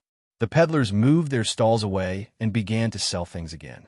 The smell of blood on the street gradually dissipated, as if the previous scene had never happened. On the other side, Feng Jiu, Leng Hua, and Leng Shuang came to another street and entered a shop to buy some children's toys. Leng Hua asked in confusion, "Master, since that man is from a Million Buddhas sect, why didn't you ask him?" He was a little puzzled. He didn't understand why his master only mentioned the monk's name and didn't ask him about it, since he knew that the monk was from the Million Buddhas sect. Even if the other party did not tell him everything, he could probably find out whether the Golden Lotus was really in the Million Buddhas sect or not. Hearing Leng Hua's words, Feng Jiu smiled and played with a small toy in her hand. She said, "It doesn't matter whether I ask him or not. Anyway, I have to go to the Million Buddhas sect, the holy land of Buddhism. What if they don't let you in?" Leng Hua asked again. After all, those were monks, and women were generally not allowed to enter their sect. Feng Jiu smiled and said slowly, "If I want to go in, who can stop me?" She played with the small rattle drum in her hand and said to Leng Shuang, "Go to pay the bill." "Yes." Leng Shuang responded and went to the front counter to pay the bill. Feng Jiu walked out and stood on the street to look around. When Leng Shuang came out, she said to them, "There's a pastry shop over there. Let's buy some and take it back." "Okay." The two of them answered and accompanied her to the pastry shop. After buying some pastries, Feng Jiu also bought some soy sauce meat. They strolled around the city for a while before returning to the inn. "We're back." Feng Jiu entered the inn's backyard and saw Xian Yuan Mose holding Mu Chun and feeding him something. Next to him was a crib with little Yu lying inside. She stepped forward and asked, "Is the child hungry?" When Xian Yuan Mose saw that she had returned, he said, "They woke up for a while, but they couldn't stop crying, so I asked Qing Cheng to make some porridge for them. Look, they've already eaten half a bowl." Feng Jiu smiled and saw Mu Chun eating with his little mouth and licking with his little tongue. He couldn't help but scratch his nose. "Son, do you miss your mother?" The little fellow grinned and stretched out his arms, wanting Feng Jiu to hold him. Seeing this, Feng Jiu took a handkerchief from the side and wiped the corners of his mouth. She then took him and asked, "Has he eaten?" "Yes," Xian Yuan Mose said and looked at his daughter in the crib. His eyes were gentle as he said, "Feed her first. She'll only be obedient after she eats." Seeing him playing with his daughter, she said to Leng Hua, "Go and cut the soy sauce meat we just bought and send wine to everyone." "Yes." Leng Hua responded and turned to leave. Chapter 3903. Hearing this, Xian Yuan Mose looked at her and asked, "A monk?" Feng Jiu smiled and said, "Yes, a monk named Yijia. He is quite powerful." "Are you going to the Million Buddhist sect alone?" Xian Yuan Mose asked. He looked at her and said, "Do you need me to accompany you?" "No, I can go by myself," she said with a smile. "Master, here the sauce meat. I asked the kitchen of the inn to cook a few dishes. You eat these first, and the rest will be sent later." Leng Hua came forward with the sauced meat and put it on the table. Looking at them holding the two children, he said, "Master, why don't I send the two little masters to their rooms?" "Okay." Feng Jiu agreed and asked him to send the two children back to their rooms. At the dinner table, Feng Jiu told Xian Yuan Mose about what happened outside today. They talked about the Million Buddhist sect again. It was not until late at night that they went back to their rooms to rest. 2 days later, when they were in the carriage slowly heading in the direction of the Million Buddhist sect, both Feng Jiu and Qin Xian looked ruddier than before after 2 days of diet and recuperation. After another half a month, the carriage was slowly moving on the mountain road. Leng Hua, who was driving the carriage in front, saw two figures in front and said to Feng Jiu, "Master, there are two monks on both sides. They seem to be the two people we met that day." "Oh." Feng Jiu raised her eyebrows and lifted the curtain to look forward. She saw a little monk sitting in the shade of a tree by the roadside, drinking water and eating dry food. Next to him was a big monk sitting cross-legged with his eyes closed. She looked at them and found that they were indeed the monk named Yijia and his disciple she met half a month ago. "Pull over," Feng Jiu said and put down the curtain. The big monk and the little monk were resting by the side of the road. When the little monk heard the sound of a horse carriage, He raised his head to take a look. When he saw a group of people slowly walking towards them, the little monk tugged on his master's sleeve and whispered, "Master, there's a horse carriage coming towards us." Monk Egypt didn't even open his eyes and said, "The road is facing the sky. He is coming towards us, but not necessarily for us." But the little monk hesitated and looked at the two familiar people and said, "The driver is one of the three benefactors that day, and beside him is the female benefactor." Hearing this, Monk Egypt slowly opened his eyes. As expected, he saw the carriage coming towards them. It got closer and closer until it stopped in front of them. A pair of slender, fair hands lifted the curtain of the carriage, revealing a beautiful face. "Grandmaster Egypt, we meet again." Fengjiu smiled and greeted him from the carriage. "Amiba, female benefactor." The big monk put his hands together and nodded slightly, but his gaze fell on the top of the carriage. He saw that the top of the carriage was surrounded by purple clouds and auspicious clouds. He couldn't help but look into the carriage, but he didn't see anything. "I didn't expect to meet you again after half a month. It seems that we are really fated." Fengjiu chuckled. She didn't mind that the monk was looking at the carriage with a probing gaze. The big monk didn't know what she wanted to do, so after hearing her words, he didn't say anything and only lowered his eyes slightly. Chapter 39:04. Looking at the carriage slowly leaving, the little monk touched his smooth head and asked doubtfully, "Master, why did the benefactress say that we would meet again?" The monk looked in the direction of the carriage and said, "We will meet again if fate wills it." After another half a month, Fengjiu and the others arrived at the destination town. As soon as they entered the city, Du Fan and the others found a courtyard to stay in. It took only half a day to prepare all the things needed in the courtyard. After cleaning, Du Fan said to Chinexen, "I'll go to the restaurant to pick up the master and the others." Then he went out first, in a restaurant in the city, because it was inconvenient for Xianyuan Mose to go upstairs. Fengjiu chose a place near the window on the first floor to rest. Looking at the bustling street outside, Fengjiu held his chin with one hand and said, "I thought it was just a small town in this remote place. I didn't expect that although this city is not as big as the Flying Immortal City, it is bigger than the town where we came to rest." Xianyuan Mose looked at the street outside and occasionally saw monks passing by. He said, "It seems that this place is really close to the Million Buddhist sect. The Million Buddhist sect is strange. It is a hidden sect. There is very little news about them in other places, but here, monks can be seen everywhere." Fengjiu said, his eyes falling on the monks. Although they saw many monks, none of them was as powerful as the monk called Ijia they met on the road. Moreover, there was no Buddha's light on these monks. Obviously, they were just some unknown people. They were watching the pedestrians in the restaurant, and the people in the restaurant were watching them. There was no other reason. It was simply because their appearances and bearings were extremely outstanding, so it was difficult to not notice them, even if one wanted to. However, they merely glanced at them out of curiosity. After all, they could tell that these people were not ordinary people at first glance, so they naturally would not seek trouble for themselves. Why do I feel that there are so many more monks these days?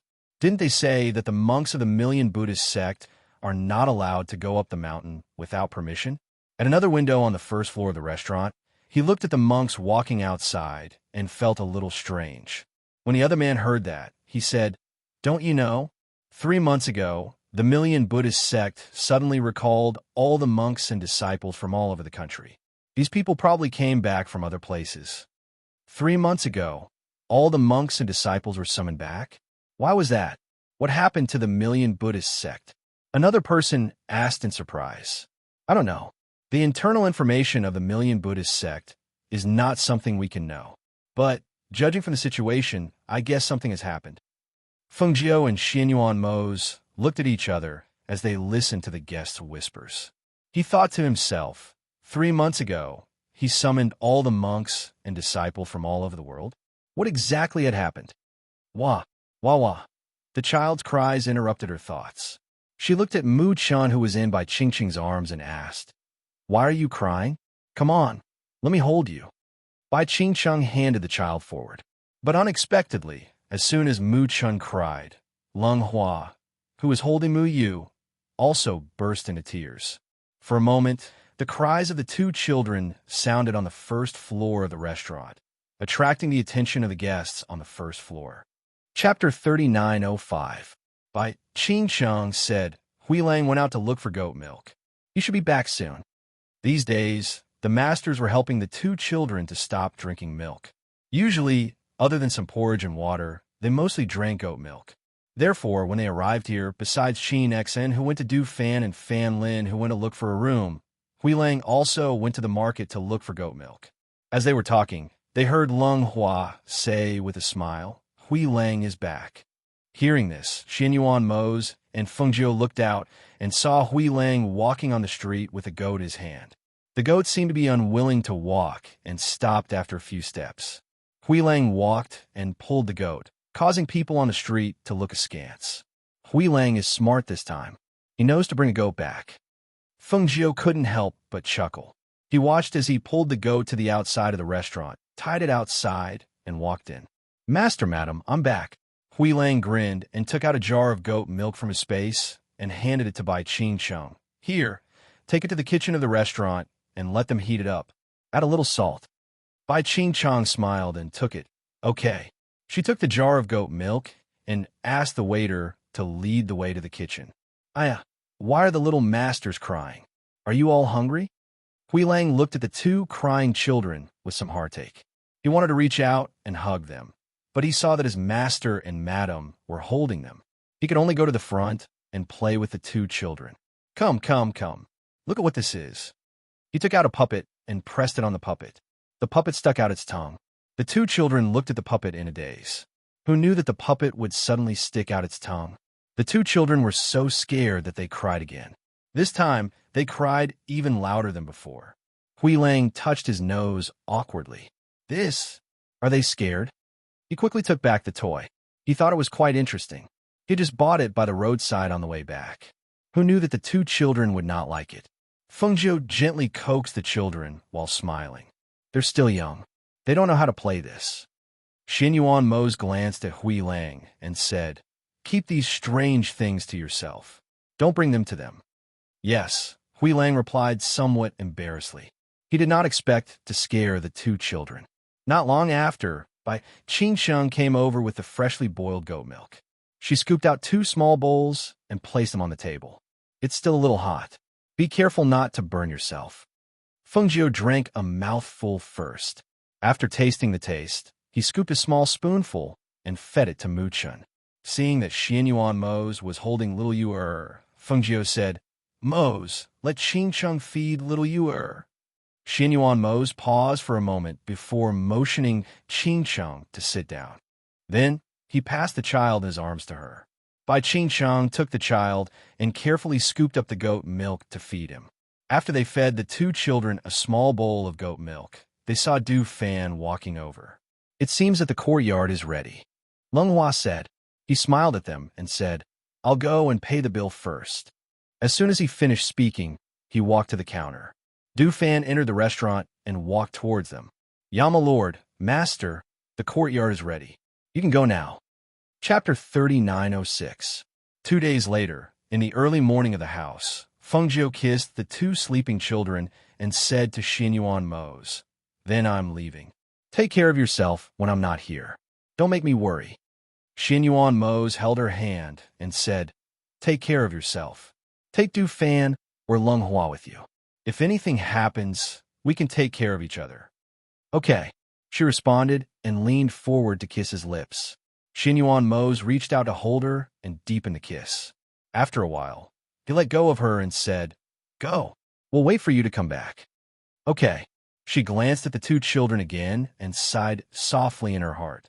The children have been by my side since they were born. Now they're reluctant to go out. She withdrew her gaze and turned out of the room. When she came outside, she told them to take good care of Xianyuan Mose and the 2 children. Then she called Lung Hua and left with them. The Million Buddhist sect was still a long way from here. Therefore, Feng Jiu and Lung Hua, who were out of the city, went directly by flying swords. Standing on the flying sword, they saw some monks walking up the mountain step by step on the rugged mountain path. Perhaps they sensed them. Many of them raised their heads to take a look. When they came to the boundary of the Million Buddhist sect by flying swords, a voice came from the sky. At the same time, Fengjiu also noticed the aura of the boundary in the air. Ahead is the boundary of the Million Buddhist sect. Please don't cross it. Fengjiu descended from the air on the flying sword. After landing on the ground, she put away the flying sword under her feet. She looked up and saw that the road up the mountain was full of stairs. The stairs extended upward and disappeared into the depths of the forest. At the top, she could faintly see the Buddhist palace. Amitabha, this is an important place of Buddhism. Please stop. In the forest, two monks in beige robes came out, putting their palms together. Fengjiu smiled and raised her eyebrows slightly. She said, "Shouldn't Buddhists treat all 6 roots equally? How is it that in your eyes, there's still the word female benefactor?" Amitabha. The two of them were young, but they were calm. After hearing her words, they didn't say anything and just stood there quietly. However, at this moment, Fengjiu's figure moved. The red figure instantly rushed forward and sealed the two's acupuncture points. Because her speed was too fast, the two monks maintained their previous posture and did not move. They did not even have the time to raise their eyes before they were frozen in place. Fengjiu stretched out her hand and caught a leaf that was drifting down. She channeled her strength and shot it to the side. The leaf that had no height at all sank into the tree trunk. She smiled and put her palms together. "Young masters, sorry to offend you." The two monks couldn't even respond, let alone respond. They could only stand there quietly with their eyes down. Fengjiu walked up the mountain. Leng Hua, who was behind, saw this and hurriedly followed. However, he saw that his master's footsteps seemed slow, but in fact, it was light and fast. He followed behind and had to quicken his pace to keep up. When they arrived at the top, it was already noon. The sun shone down from the sky and fell on the Buddhist palace. Looking up from a distance, they saw that it was bathed in the Buddha's light. Chapter 39:07. Amitabha, benefactress. Behind Fengjiu and the others, a Buddhist voice sounded. It wasn't an unfamiliar voice, causing Fengjiu to raise her eyebrows slightly. She turned around and saw the monk slowly walking over with the little monk. "Master Ijia, how have you been?" Fengjiu smiled. He was not surprised to see him here. The monk walked forward slowly and came to Fengjiu. He asked, "Benefactress, why have you come all the way west?" "I want to see the immortal Buddha of the myriad Buddhist sect," she said slowly. Looking at the monk in front of her, she said, "Since Master Ijia knows that I have come all the way here, you won't refuse me, right?" "Amitabha, I don't dare." He lowered his head slightly and put his palms together. He said, "Benefactress, come in with me. I'll introduce you to the immortal Buddha." As he said that, he walked out. Fengjiu watched him walk forward. He came to the door and knocked on the door ring. Not long after, the door slowly opened. He turned around and said to Fengjiu, "Benefactress, please." The little monk followed beside her. Seeing that his master personally led the way for her and even asked her to go first, he could not help but be surprised. He looked at the beautiful woman curiously, wondering who she was. Why did his master treat her so politely? Moreover, ordinary women were not allowed to enter Buddhism. Why did he make an exception for her? He was curious, but he did not dare to ask. He could only stand quietly behind his master and watch the woman in red lead the man into Buddhism. After they entered, the little monk asked in a low voice, "Master, did they hit the acupoints of the two senior brothers at the foot of the mountain to break into the mountain? Why did you invite them into Buddhism?" The monk looked back at him and did not say much. He just said, "You can go now." In other words, he did not want him to follow them. "Yes." The little monk replied and did not follow them. Martial Granduncle. Martial Granduncle. The monks led Fengjiu and the others forward. Along the way, the monks they met slowly put their palms together and called out to them. After they walked past, they raised their heads and looked at the beautiful woman in red in astonishment. "That's a woman? Why did Martial Granduncle bring a woman back?" A young monk asked curiously. Marshall Granduncle has his own reasons for doing things. There's no need for us to guess blindly here. Let's go, the older monk said, indicating for everyone to disperse. Fengjiu walked all the way and saw that there weren't many monks here. He couldn't help but think of some things about the Thousand Buddhist sect. It was said that there were only a few hundred disciples here, and they didn't take in disciples easily. Sometimes they would only take in 1 or 2 disciples a year. Now that he looked at the Buddhist sect again, there were indeed not as many disciples as other sections. He knew that the rumors outside were true. However, as she walked in here, she felt that the aura here was very peaceful, so much so that her state of mind calmed down. She followed the monk all the way. When they came to a hall, she looked up and saw a big golden Buddha above the hall. In the center of the hall, several monks were sitting there with their eyes closed, meditating. "Benefactress, please wait here," the monk said to Fengjiu, and then stepped into the hall. Lung Hua looked ahead and whispered, "Master, the holy light of Buddhism is so dazzling that he did not dare to look directly at it." Chapter 3908. After a while, Monk Ijia came out and said to Fengjiu, "Benefactress, please come in." Fengjiu nodded and walked in, followed by Lung Hua. They saw that the monks, who had been sitting cross-legged in cultivation, were sitting on 2 sides. However, they were not sitting on chairs because there were no chairs in the hall. Instead, they were sitting on futons. In addition to the 8 old monks sitting on the left and right, there was also an old monk with long eyebrows sitting in the middle. Opposite the old monk, there were 2 futons in front of the entrance of the hall. Seeing this, Fengjiu stepped forward. First, she put her palms together and bowed to them. Then, she sat down cross-legged. Lung Hua sat behind Fengjiu according to the etiquette, while Monk Ijia sat next to the old monk with long eyebrows. At this time, the monks in the hall were looking at Fengjiu and secretly sizing her up. The more they looked at her, the more surprised they were. It seemed that they did not expect such a person to exist. "This is Immortal Buddha Ichan of our Myriad Buddhas sect," Monk Ijia said as he introduced the 2. Then, he said to Monk Baimei, "This female patron's name is Fengjiu." Monk Baimei looked kindly at Fengjiu with a smile on his face and said, "Amit Ba, we have a distinguished guest coming from afar. Please forgive us if we have not received you well." "I am sorry for disturbing your cultivation," Fengjiu said with a smile. "Benefactress, may I know why you are here?" Monk Baimei looked kindly at Fengjiu and asked. Fengjiu paused for a moment. Seeing that he was straightforward, she said, "To tell you the truth, I am here for the ancient golden lotus." Hearing this, the other monks in the hall looked at Fengjiu with a trace of surprise in their eyes. She was here for the ancient golden lotus? She was here for the ancient golden lotus? How would the immortal Buddha answer?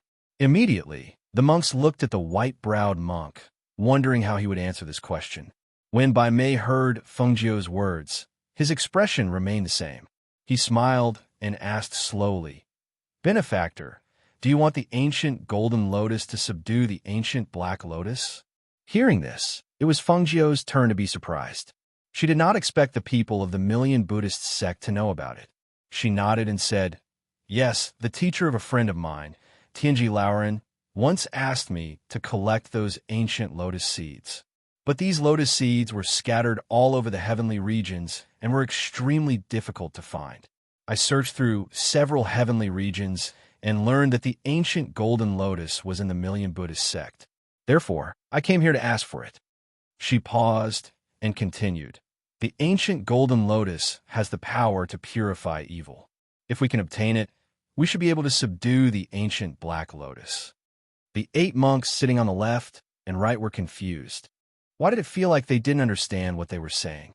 Why were they talking about the ancient black lotus? Did immortal Buddha Ichan know where this woman named Fengjiu came from? And why did she want a golden lotus?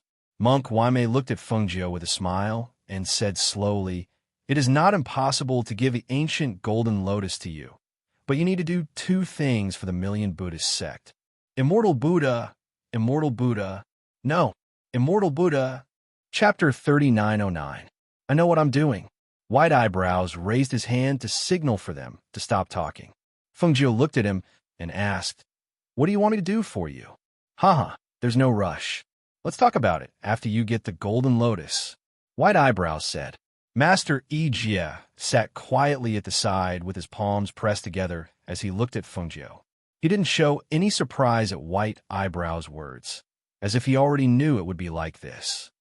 Benefactor, raise your head and look at the Buddha's eyes. White Eyebrows said with a kind expression. Fengjiu lifted her head and looked at the Buddha in the hall. When her clear eyes met the Buddha's eyes, her heart trembled. It was as if a scene of the world flashed before her eyes. The ancient golden lotus is inside there. Benefactor, go and look for it. White Eyebrows said. He raised his hand, and a ray of light flashed. Fengjiu, who was sitting cross-legged on the praying mat, disappeared from the hall. Master? Lung Hua was slightly stunned. He looked around and couldn't help but look up at the Buddha's eyes. However, he only felt a blur in front of his eyes, and he fainted. Looking at the fainted Lung Hua, White Eyebrows said to the monks on his left and right, Send this benefactor to rest.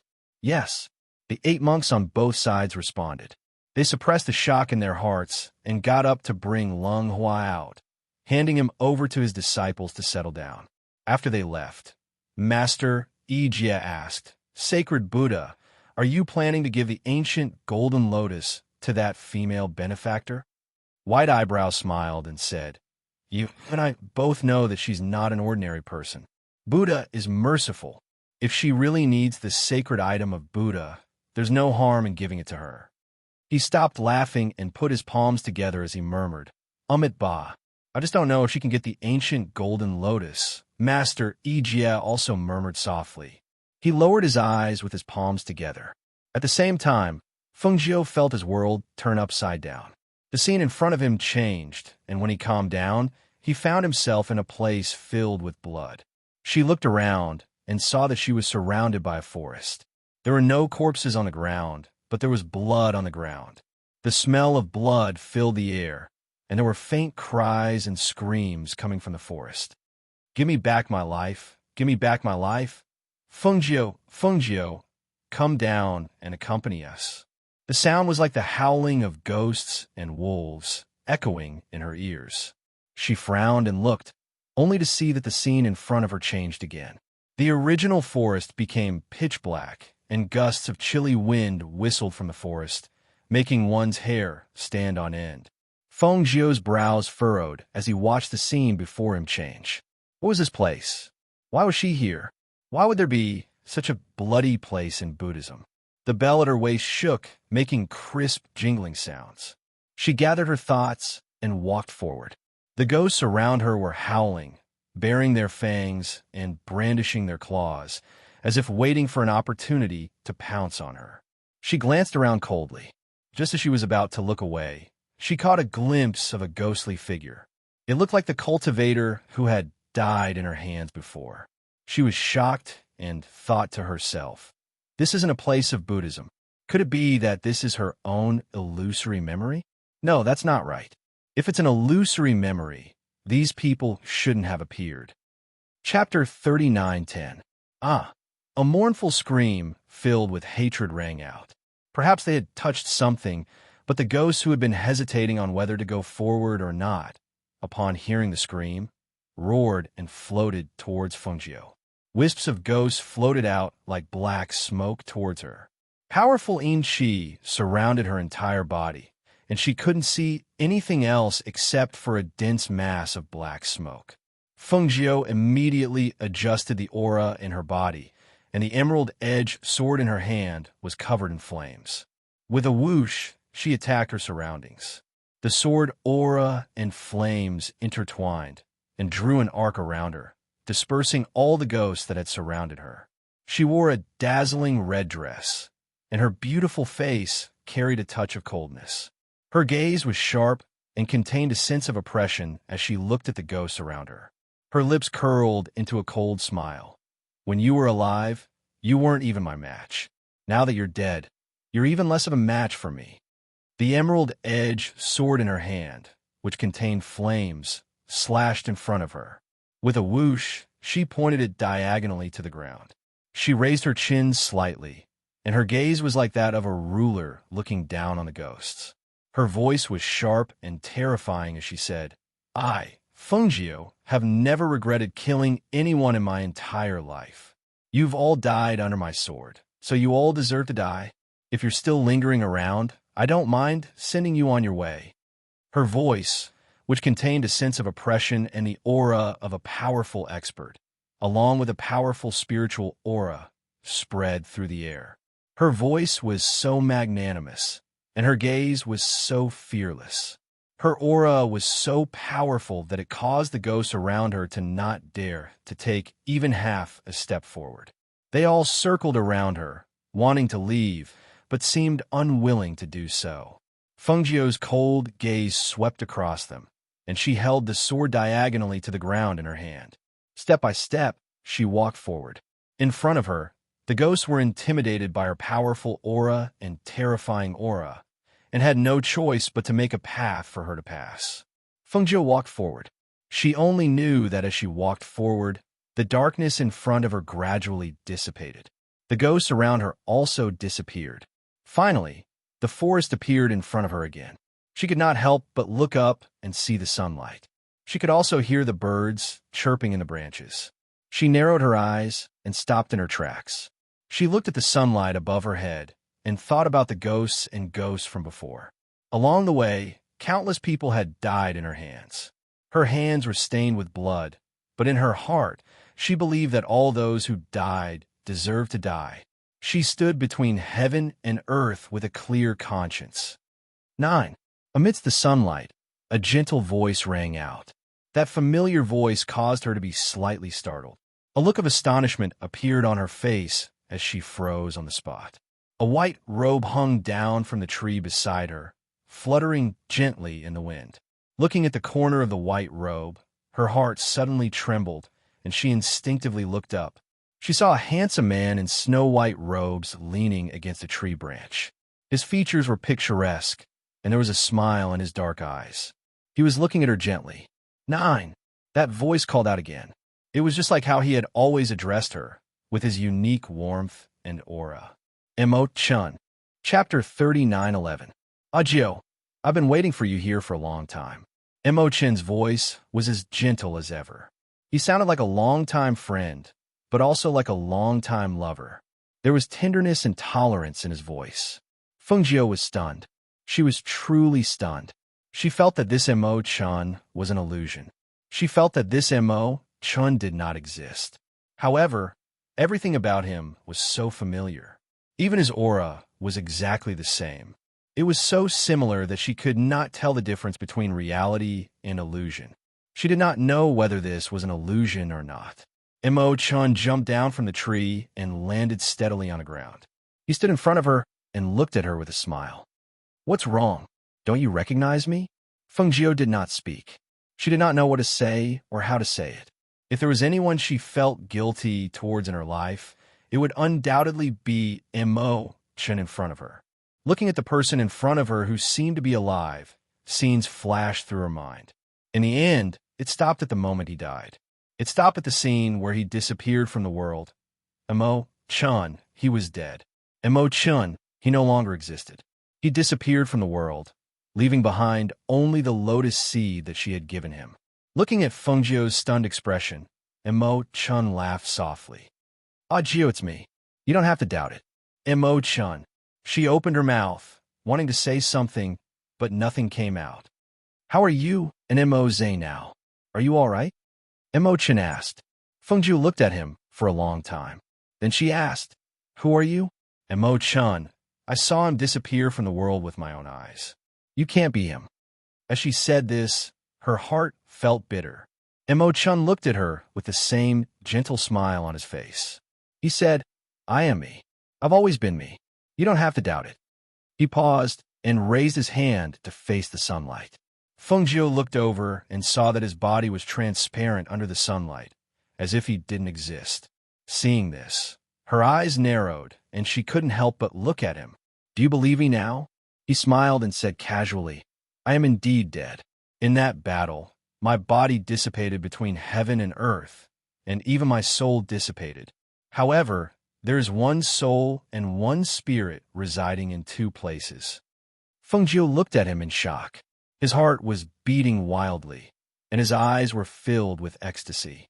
He grabbed his arm with both hands. So you're not dead yet? You're still here? Mo Chun shook his head. No, I'm already dead. What you see now is my immortal body bathed in the light of the immortal Buddha. However, my immortal body is still very weak. He smiled warmly and looked at her. That's why I've been waiting for you here. Hearing this, Fengjiu let go of his hand. She felt the aura on his body and felt the familiar presence of the holy light. There was no ghostly aura on him, only immortal aura. She thought that perhaps this was why she found it hard to believe. You knew that I would come? She looked at him with a complicated gaze.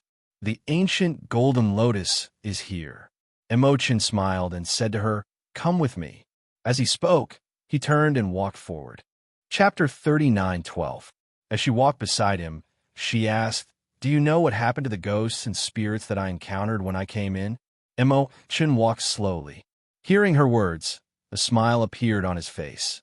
That's the sin of murder on your body. This place is the eye of the holy Buddha, and all the sins in the world will be revealed. If you came in, you would have to go through that path. He stopped in his tracks and turned to look at her. If your will is not strong enough, if you have any fear, then you will be haunted by the ghosts. However, to you, they are merely illusions. They are nothing to be worried about. The two of them continued walking slowly. Fengjiu saw that this place was very quiet, and the aura was very clean. Her gaze involuntarily fell on Mo-chun. She saw that his aura was not strong, and when his body shone under the sunlight, there were faint traces of translucency. She could not help but think of the feeling when she grabbed his hands previously. That feeling did not feel like she was grabbing his body, because his body did not have any warmth. But then again, his physical body had already been destroyed. What appeared now was only a body formed by his soul. It could not be compared to his original body. However, how did he cultivate an immortal body in here? We're here. Mo-chun stopped in his tracks and looked at Fengjiu. He raised his hand and gestured sit. Fengjiu looked around and saw that this place was surrounded by trees. In the middle, which was right beside them, was a pool of clear water. In the water, a golden lotus bloomed, emitting a dazzling light. Traces of holy light and pure spiritual aura were emitted from the light. This is the ancient golden lotus. Fengjiu looked at him. She did not expect that the ancient golden lotus would be here. That's right. This is the ancient golden lotus. Mo-chan said, and sat down on a rock. Fengjiu saw that there were two smooth rocks here. Seeing him sit on one of them, she sat down as well. She looked at him and said, Can you tell me what's going on? Why would you, who had disappeared from this world, appear here? Hearing her words, Mo-chun smiled and said, Actually, I don't know why either. I only know that when I woke up, a part of my soul was already attached to this golden lotus. It was this ancient golden lotus that nourished this part of my soul, allowing me to reconstruct my immortal body. His voice paused for a moment before he continued. Only when my spirit condensed did I realize that a part of my soul was attached to this ancient golden lotus, while a part of my soul was with you. Hearing this, Fengjiu was slightly startled. He thought of the lotus seed in his space and said, At that time, you were gone.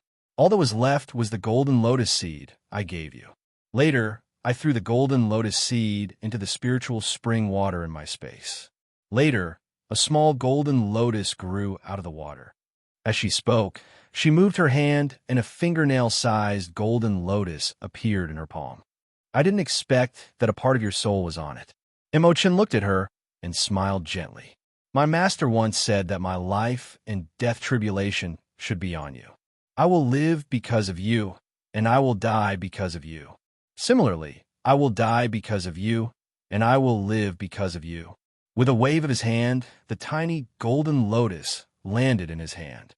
With a slight movement of his hand, it moved towards the center of his brows.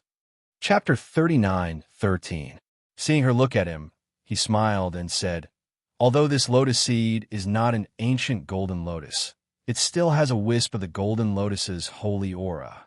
It is because of this that I can attach a part of my soul to it. Hearing this, Fengjiu looked at him and asked, Then you are relying on this ancient golden lotus to condense your immortal body?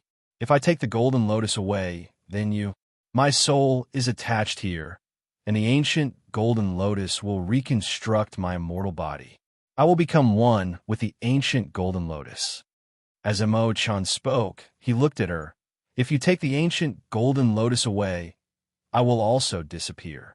Hearing this, Fengjiu's eyes narrowed. She was silent, then said, You have already died for us once. This time, no matter what, I will not let you disappear. Emo-chan smiled. If you want to purify the black lotus of destruction other than the ancient golden lotus, your blue lotus can also do it. You should know that your blue lotus is the first of the 4 lotuses. Ever since that battle, my blue lotus's power seemed to have fallen into a deep sleep. She sighed helplessly. If that was not the case, I could have used the blue lotus's power of regeneration to heal Moses' injuries. What happened to Mose? How did he get injured? Is it serious? Emo-chan asked, somewhat surprised. After that battle, he fell into a deep slumber for a long time and only woke up about a year ago. However, his legs were unable to stand up due to the black lotus chi being absorbed for too long. Even the pills I refined were unable to disperse the black lotus chi remaining on his legs. I see, Emo-chan murmured. He did not think that Xinyuan Mose would also be so seriously injured in that battle. He didn't tell her that she could take the ancient golden lotus, because he knew that the ancient golden lotus was now one with him. She would not do that. Let me tell you something happy, Fengjiu said with a smile. I gave birth to a pair of twins, and they are already more than 5 months old. Hearing this, Emo-chan was slightly taken aback. Then, joy appeared on his face. A pair of twins? More than 5 months old? That must be very similar to you. He looked at her and felt happy for her from the bottom of his heart. He was happy to see her happy and happy. At the mention of the 2 children, Fengjiu's expression became increasingly gentle. Yes, the 2 little fellows are both white and chubby and very cute. Mose and I have discussed it and asked them to acknowledge you as their godfather, so you are their godfather. Hearing this, Emo-chan was stunned. You want me to be your godfather? Does that mean I have a godson and a godson? His heart was filled with indescribable emotions. He looked at her and asked, What are the names of the 2 children? Fengjiu smiled. Mose came up with their names. The son is called Mu-chun, and the daughter is called Mu-yu. Hearing this, Emo-chan's heart tightened. He stared at her for a long time, then softly murmured, These 2 names are really nice. He did not think that they would do so much for him. Thank you. Thank you for doing so much for me. He looked at Fengjiu and said. Fengjiu shook her head. There is nothing to thank. Compared to you, what we have done is nothing. I really want to see the 2 children. Chapter 39:14. Has your strength regressed because of the dormancy of the green lotus? Emo-chan asked, noticing that her aura was much weaker than before. I was seriously injured that time and had to recuperate for a long time. When I woke up, my strength had regressed a lot. I've been recuperating for more than a year and recultivating to build a good foundation. However, I've just broken through the peak of Immortal Venerable and entered the Immortal Emperor realm. She smiled and said, I'm not in a hurry to return to my peak. I still have to take one step at a time. Hearing this, Emo-chan said, This place is the holy land of the Buddhist sect, and it's extremely beneficial to one's cultivation. Moreover, there are ancient golden lotuses here. You can cultivate here for a period of time and allow your strength to return to its peak. Then he smiled and said, If you didn't come, I wouldn't be able to leave here before my immortal body was completed. But now that you're here, you can take me out with you. Fengjiu was slightly surprised. He looked at Emo-chan and asked, You mean you can move this ancient golden lotus into your spatial spirit spring? This way, I will naturally be able to leave this place with you. However, before that, I hope that you can cultivate here for a period of time. The Buddhist chi here might be able to allow your green lotus to bloom. Upon hearing this, Fengjiu paused for a moment. He looked at the golden lotus in the pool and said, Can this ancient golden lotus really help my green lotus bloom completely? If that's the case, then wouldn't Moses' leg be cured? If this ancient golden lotus can't help you bloom the green lotus and reach the peak of the green lotus strength, then you can only find the red lotus of hellfire. The power of the alloy lotus and the red lotus will definitely allow the green lotus ancient strength to fully bloom. Fengjiu shook his head and smiled. It took me a long time to find the whereabouts of the ancient golden lotus. As for the red lotus of hellfire, I have no clue at all. She looked at him and said, when I came in, the immortal Buddha told me that he could give me the ancient golden lotus, but I have to do 2 things for the myriad Buddhist sect. So, I can't stay here for too long. If that's the case, why don't you try and see if you can move the golden lotus? Imo-chan said as he looked at the ancient golden lotus that was emitting a golden light in the pool. Fengjiu hesitated and asked, but if I move the golden lotus, won't your soul become unstable? Will your newly condensed immortal body be damaged? It wasn't easy for her to see that he still existed in this world. She saw him appear in front of her. She saw that he had a chance to be reborn. She didn't want to kill this chance that he had obtained with great difficulty. When he disappeared from her sight, she had secretly made a decision in her heart. If possible, she would not let him sacrifice so much for her in this life. She hoped that he could live a good life and live a wonderful life that belonged to him. I don't think so. Now that I've condensed an immortal body, it won't disappear so easily. Imo-chan smiled warmly and said, it's just I'm a little worried that you won't be able to move this golden lotus. Why? Fengjiu was slightly surprised.